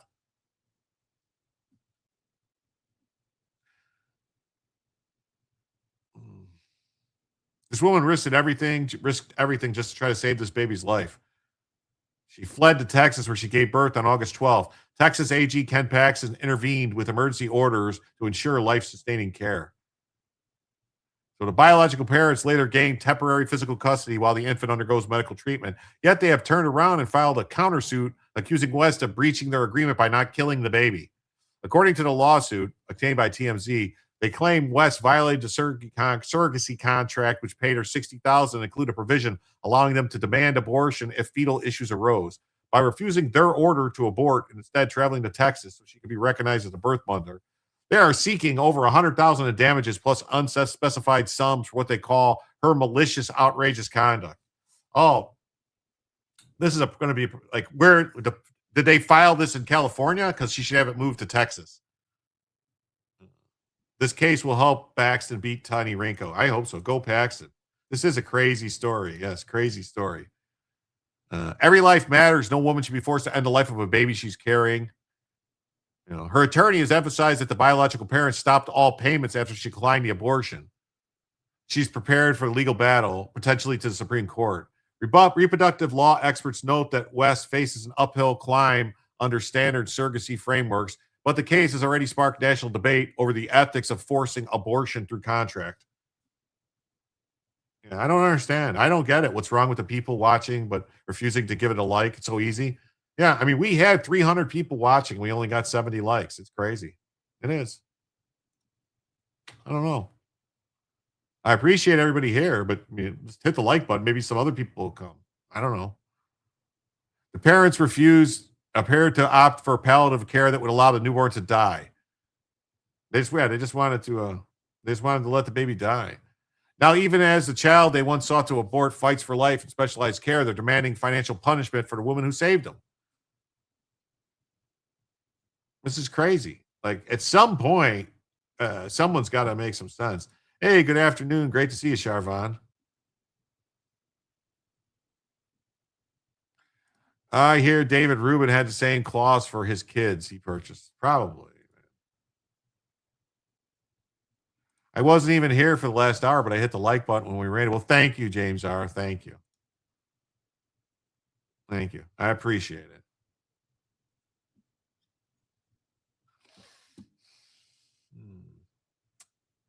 I'm sure that woman will be able to raise money to fight, though. I mean, there's going to be a lot of people that will be willing to donate to fight these sound like really evil people that wanted to murder the baby, and now they're going to sue because they didn't get to murder the baby.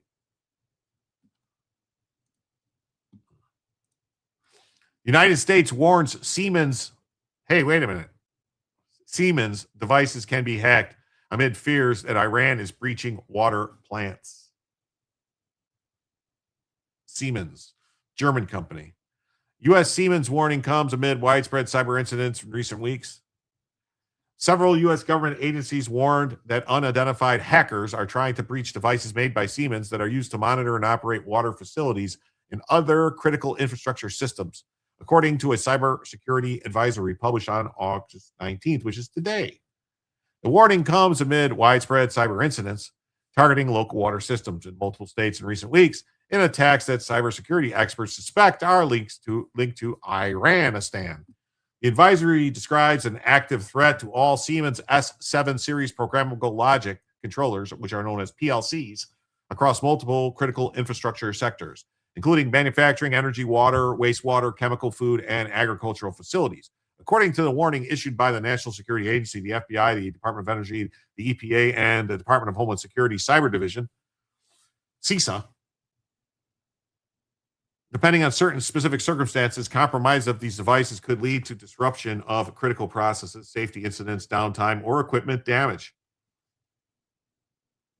Siemens did not immediately respond to requests for comment. According to the advisory, the hackers are using AI to dramatically reduce the technical expertise and time required to develop exploits that can successfully compromise the systems. So you're saying AI is doing it. So they're using AI. Wow, what do you know? Another reason I want my own I have my own water well. There you go. My son was 3 weeks premature, and you'd never know it to look at him. Do you wonder if 200 of those viewers were Chinese spy bot views? I don't know. I mean, they come over from Robert Gavea. I don't know. Could be. Who knows? I mean, how can you tell these days, really? How can you tell? I mean,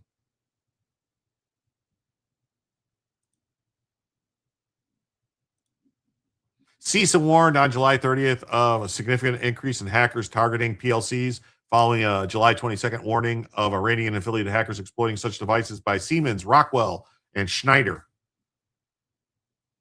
So, Fed officials have stopped short of formally linking Iran. Instead, he blamed it on Minnesota, the first state to report the wave of attacks. Greg is a Chi-Com plant. Could be. Definitely could be.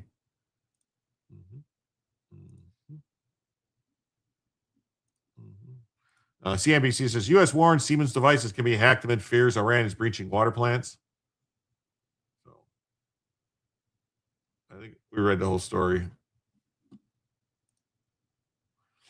All right. Next story here. We got, we have to pay attention to the water stuff. It's serious. I mean, it's basically the same kind of thing that happened with, what was it called? Stuxnet.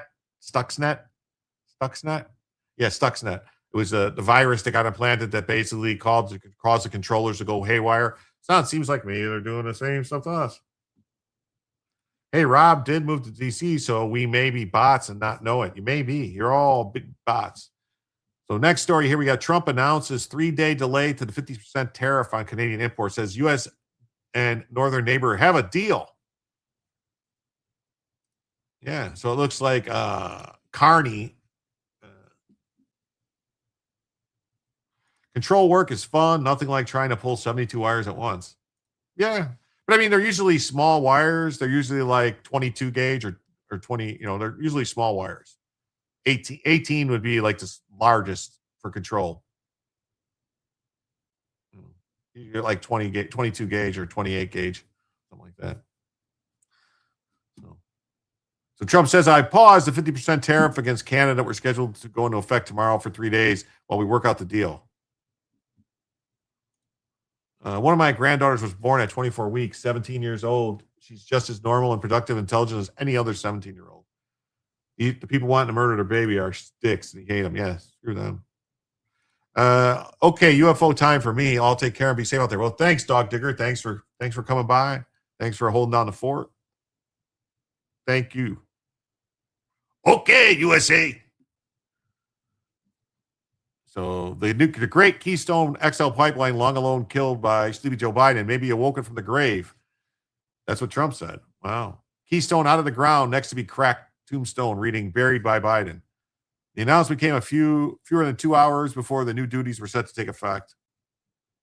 Keystone XL, initially announced in 2008, would have moved 830,000 barrels of crude 1,200 miles from Alberta, Saskatchewan, to Canada, to Nebraska, where it would connect with other pipelines that feed oil refineries. The project stalled during the Obama administration, under pressure from environmental extremists. 50% tariff would apply to $20 billion worth of Canadian products, about 5% of what the country ships south every year. Canada threatened to retaliate with tariffs of its own, aggravating in a trade fight between the two countries. that sold 880 billion worth of goods and services last year. We're negotiating. Negotiations are always intense. Trump has claimed Canada discriminates against American exports of cars, alcohol, and cheese. Canada and China were the only countries that issued retaliatory tariffs against the U.S. in response to Trump's so-called Liberation Day tariffs. Mm-hmm.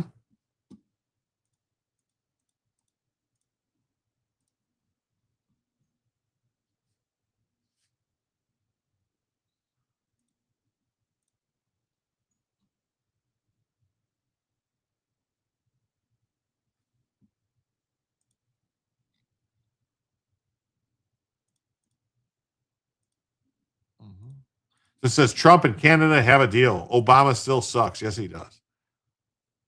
Trump's just said before midnight Washington time that he has a deal with Canada to avoid the 50% tariffs. So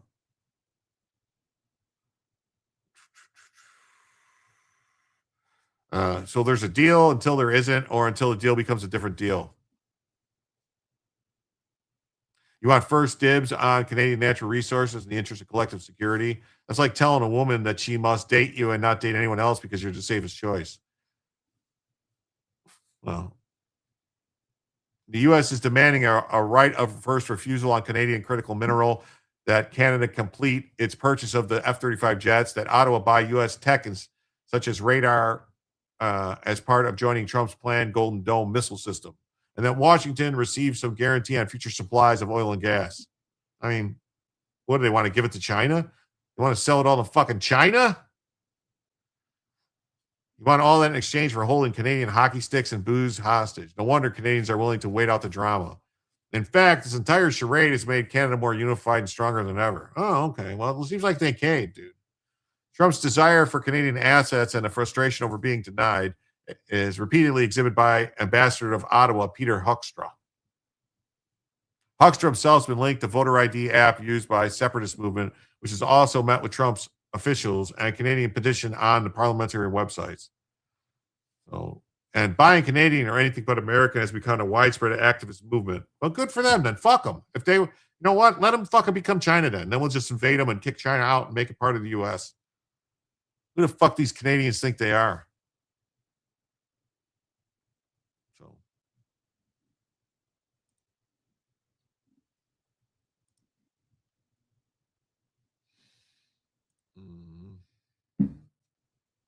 and this is from the Canuckistanians. Says Carney briefing cabinet and premieres on deal with U.S. Trump says he brokered a very good deal with Canada.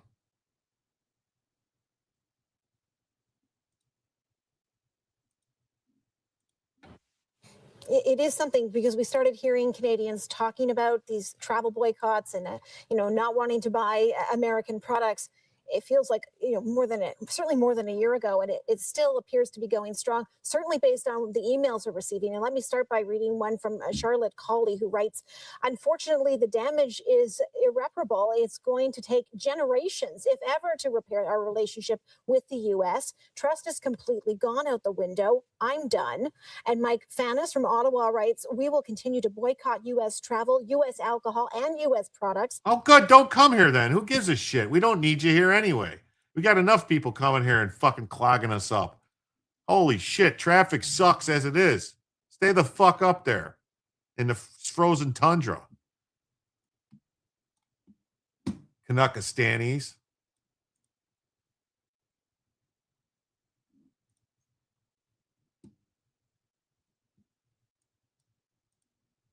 Jeez. Oh, all right. The deal is expected to cut Trump's tariff rate on Canadian-built cars and trucks from 25 to 15%. Automakers' highly integrated vehicle assembly in Canada often contains 50% or more U.S. manufacturing components. Saskatchewan Premier says that Carney's poised to broker a best-in-class trade agreement with the Americans. The status quo we had 2 years ago was not possible. While adding Canada is in a much better position than it was just 24 hours ago, given the threatened 50% tariff. The broad strokes seem really good for Canada. Here's the thing. Canadistan relies on selling us shit. If they can't sell us their shit, they got a problem. They don't buy enough shit from us to matter. They really don't. Yes. Hell, any Buc-ee's on the first Friday night in November has a larger, better armed militia than any Canadian army. You ain't kidding. What's up, Glenn Croy? So we got to deal with Canada now? I guess that's what they're claiming. But the Canadians are still crying about it. Yeah, the Canadians that are here are just wise as crazy bitches. Yeah, they're deported for stuff. Yeah, that's right. Slapping girls on the beaches. Remember that? Yeah, big, beautiful northern wall. That's what I think. That's what I think.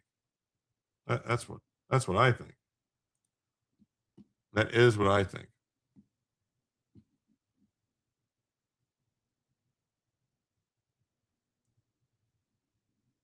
That is what I think. All right, let's talk about this next story. FBI caught withholding documents in the Seth Rich case. Say what? Seth Rich case? Oh, let's see. CF Rob says, thank you for the 10. Says, I admit I came over from Robert Gavea. My name is Fang Fang. I'm a commie. Not let's get Bella, everyone. Only a few more dollars needed. Yes, that's right. Right now, that means we are only $6 away from Bella Vision and only 56 away from adding a first additional hour to the show. So thank you all so much. Just $6 away from Bella. Build the wall. Winter is coming. That's right. You're shocked, I say. Yes. Lots of Canadian snowbirds in Florida. I know they could all go the fuck home too, for as all I care. So FBI caught withholding documents. Ty Clevenger again caught the FBI lying and hiding documents. It is believed Seth Rich is a pivotal key to the Russia collusion coup against President Trump. You don't say. The deep state and DOJ have gone through extreme efforts to cover up information that they have on Seth Rich. He was reportedly upset what the DNC was doing to Bernie. He was found shot in the back due to what law enforcement was labeled a burglary, and yet his wallet, phone, and watch were left on his person. This is the time WikiLeaks began dropping damaging emails that showed the inner workings of the Hillary campaign. Yeah, send Viva home. Yeah, Viva la Ristos. Is there more to the story of why the Canadian woman slapped that girl? No, she's just a crazy woman. Crazy girl that hit TDS that, leftists think they can be violent, and they talk all this crazy stuff about how everyone should get along and racist and hate, but they're the ones filled with hate that'll attack people for the disagreements. So it's believed Seth Rich forwarded emails from Podesta to WikiLeaks. We all know without a doubt it is a lie to claim the Russians were involved in the transfer of these emails. There's simply no evidence that Russia was involved. Never has been any evidence that Russia was involved. Hillary wanted to deflect attention from her email scandal and the contents of her emails. She also wanted to punish whoever sent that WikiLeaks. This is why many believe Seth Rich was murdered. Is this another one added to the Clinton body count? I think so. I believe. Just kidding. We love Florida Viva. Florida Viva is best Viva. Yes. Attorney Ty Clevenger for years has doggedly gone after the information that the deep state FBI was trying to hide. Now investigating and prosecute some FBI agents for a scheme to avoid FOIA related to Seth Rich. That might hit close to home, mightn't it? That's what I think. On July 30th, the FBI declassified a set of records that published through the White House Government Transparency Task Force. And they said investigation was called Oxford, spelled wrong. They were never produced. They were never indexed. They never mentioned any of the FBI declarations in the case. The very search system had told the court it was initial and primary means of locating responsive records. Yeah, but they were hiding them. They don't want no one to know. The girl was wearing a 250 America celebration clothing. Nothing about Trump from what I heard. Well, yeah. But she said it was, they're trying to say anyone that supports America and Trump's, that was a Trump thing. So Viva Frey is a righteous dude. I don't have any problems with Viva. I don't have no problems with Viva. I'm going to try to maybe meet up with him someday. He's not that, I'm like an hour away from him.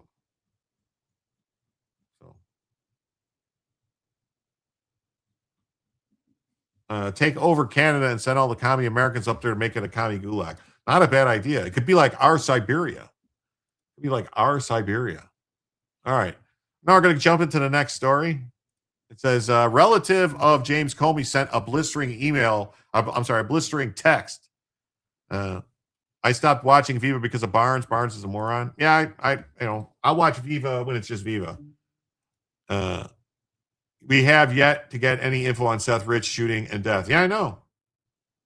We still don't get any. They're still slow walking it and trying to fight it, not trying to let anything out. That's what they're doing. That's what they're doing. Hey, Regine says, okay, I'm back. Well, thanks for coming back, Regine. It's so great to have you.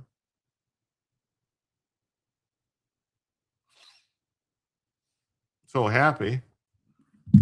Viva still promotes Alex Jones. Anybody that does that is being paid by the same people. They're all getting paid by Nick Fuentes, everybody.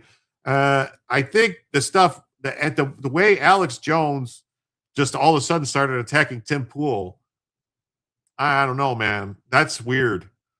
Like, Tim Pool went out on a limb for Alex Jones so many times. Like, over what? This whole thing about accusing everybody of being an Israeli shill.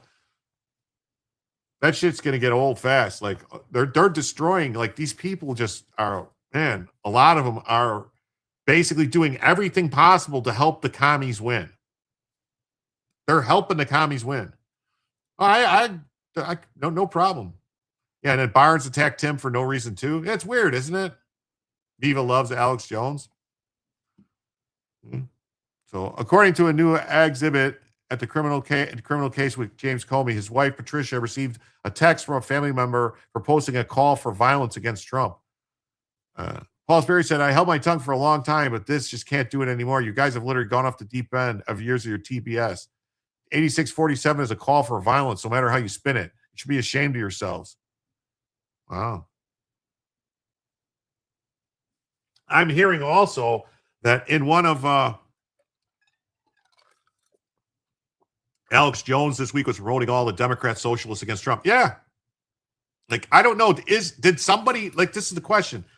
Is Alex Jones doing all this stuff because he got told by somebody, whoever, the leftist organ, think about it. Everything was confiscated from him. He's in debt. They're like coming after him for everything. Did he get a call from somebody telling him, you have to, if you do this, we'll take our foot off your neck or something? Like, I don't know. It just seems weird.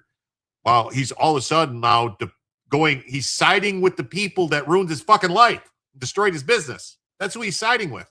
The same people.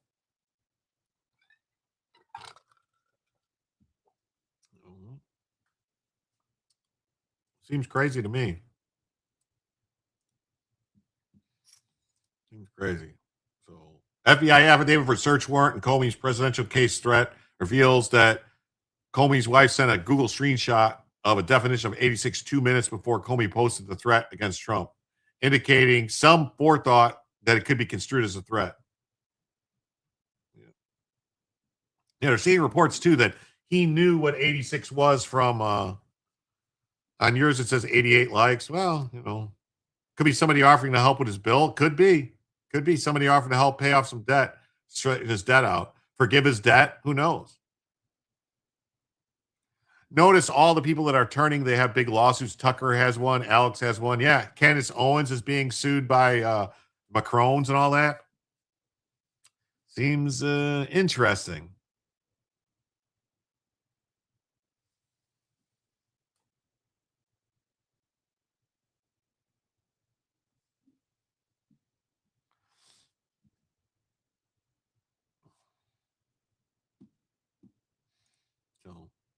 Seems interesting. So, Comey later peddled a story explaining that he just stumbled on a curious formation of shells. So, we'll see. Nobody believes the story. Nobody believes the story. I know I don't believe it. And the DOJ defends the prosecution, says no serious dispute that Comey's post could be seen as a threat to Trump. Well, yeah, everybody knows it's a threat to Trump.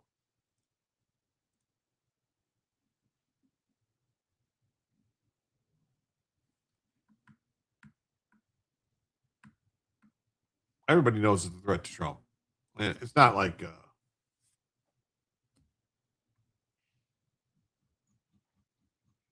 everybody knows it's a threat to Trump. All right, next story. Two sisters found safe after babysitter abducted them. Can you believe this? You heard about this? This is crazy. Children kidnapped in Atlanta. Suspect accused of a similar crime in Alabama. Lights, camera, action. You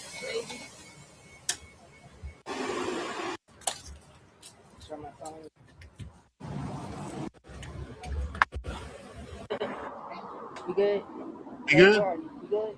You good? Okay. Good You afternoon, everyone. I'm Deputy Chief Spann of the Atlanta Police Department Criminal Oh, wow, great. Investigations Division. Today I have with me Lieutenant Butler, our commander over our homicide unit, Major Malecki, our commander over our major crimes division section. I have as no well as idea, Captain Johnny Dearlove Ballman. Don't over know. our Don't know major who that crimes is. section. Today we're here to report great news in reference to a kidnapping that occurred last night. Actually, Atlanta Police Department received the 911 call. And before we get started, and I'll allow Lieutenant Butler to go into detail, just really want to give accolades to our department and the officers who have been out here since we received the 911 call, the great use of the technology that they use in helping to locate these particular children. And we will be happy to reunite these kids back with the parents today, but really want to give an extra kudos to our homicide unit, our special victims unit, as well as our fugitive unit, who've worked all through the night relentlessly until we located these children. Lieutenant Butler. Good afternoon, Lieutenant Butler. Give some brief details. Like Chief said last night, approximately 10:30, officers were dispatched to what originated as what we thought was a custody dispute. So our special victims unit took lead at that point. Through their investigation, they were determined this was indeed a kidnapping. So we were able to figure out that the female was known to our mother and had gained her trust over some time. Based on that information, homicide was called in and they responded and coordinated with special victims to take over the investigation. We met with them and we were able to secure warrants at that time for our suspect. And during that investigation, we utilized our GBI, federal partnerships with the FBI, and it's really ultimately the internal and external partnership and use of technology that brought this to a close. Through the technology usage, we were able to locate this location at 2001 Sylvan. And while on scene, working with some of the people of the community, we learned about some information about our suspect possibly being in the area. Our fugitive detectives responded to that information. And while they were in the area, they heard the sounds of a baby crying. Based on that exigency, they executed exigent entry into a trailer on the property and were able to locate the children and our suspect. So right now, the children are in good health. They're with Grady, waiting to be transported to a health facility. But so far, everything's good. We're having the suspect transported back to headquarters to gather any further information there. So once again, a great partnership, a great end to an investigation that began last night and carried on through the night and into today with all our partners, internal and external. Any questions? We'll start. Michael, sorry, I couldn't hear you. You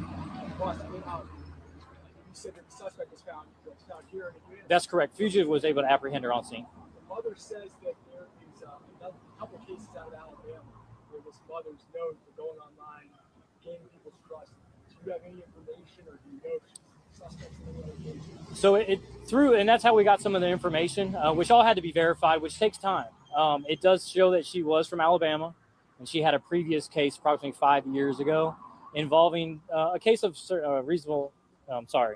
same circumstances.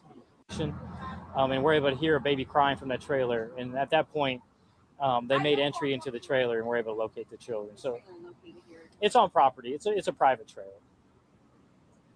In terms of timeline, we've spoken to the mother earlier. We saw this in the GBI about that she was last seen with the babysitter or this woman. Oh, man, why does it keep doing this? Saturday evening, because the 911 call came in yesterday. Can you just talk about kind of the timeline of all of this? Sure. So it appears that the suspect gained the mother's trust over about a year's time. What I'm having so the mother, thought that she was leaving their all right. I'm having care of somebody she could trust.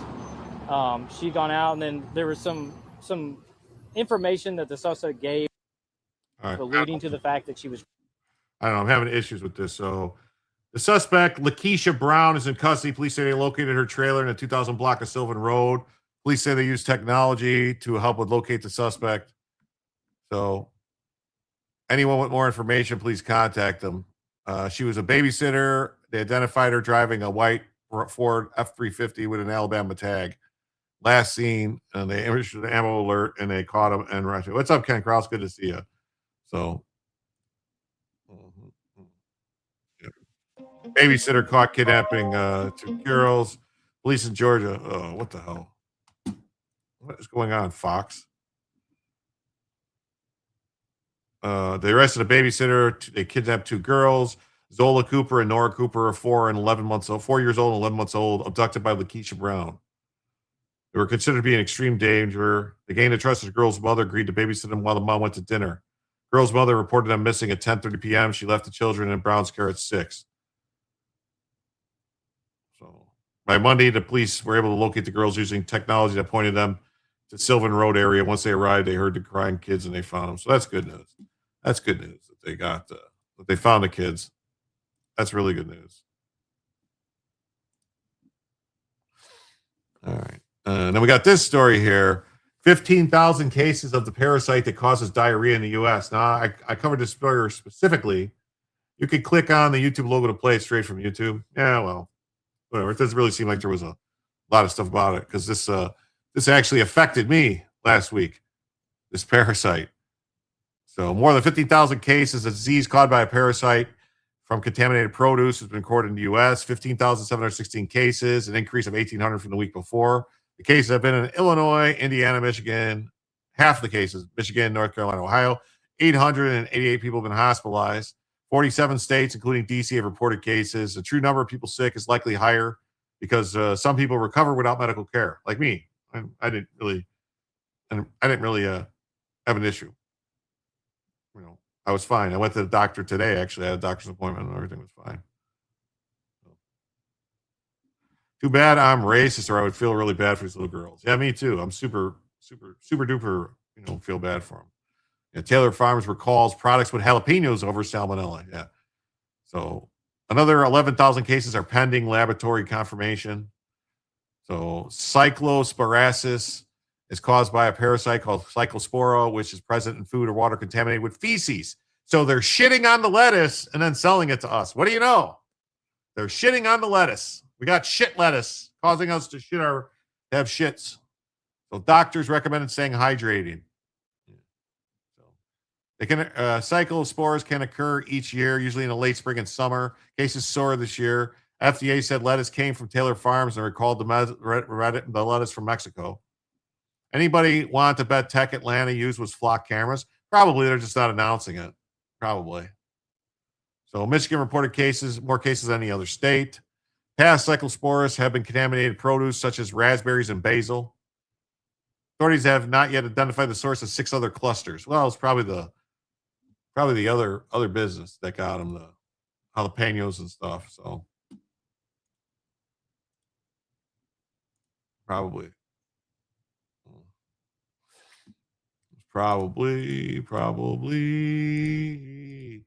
Saint like it used to be.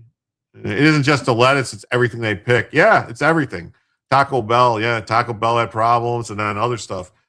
China is using Mexico to poison us. They're wiping their butts, not washing their hands, probably crusty hands. Yeah, probably. Could be a whole bunch of stuff. So, well, unfortunately, folks, we did not hit the goal tonight at all. We didn't even hit the Bella. I decided to turn Bella on just for the end because I figured I'd let everybody see Bella just so they would know. I'm super suspicious of all these bacteria viruses. Yeah, me too. So I want to thank everybody who was here. Please remind you all to hit the like, please subscribe, and come back tomorrow. We'll try again tomorrow at 7 p.m. For another show. We'll see what happens. All right. And thank you all. Come back tomorrow at 7 for Jim. Oh, wait. Before you go, if you're hungry and you want something that won't make you sick, something that won't give you cyclospora, something that won't give you parasites, check out, all right, the King of Biltong at www.biltongusa.com. He definitely has good meats, and they won't make you sick, and they're great for you. 50% protein. Yes, you can't go wrong with the King of Biltong. You can't go wrong with the king of biltong. I'll sing a song about biltong. Yes. Go to www.biltongusa.com. Use promo code Jim to save 10% on all your biltong needs. They also have other cakes, snacks, candies, and cookies from around the world. And they're selling ribeye steaks now. Ribeye steaks. High quality, marbled Angus and Wagyu ribeyes just for you. Texas grown and raised. So head on over and tell them Jim sent you. Save 10%. Yes. And come on back tomorrow for Jim to tell you the news.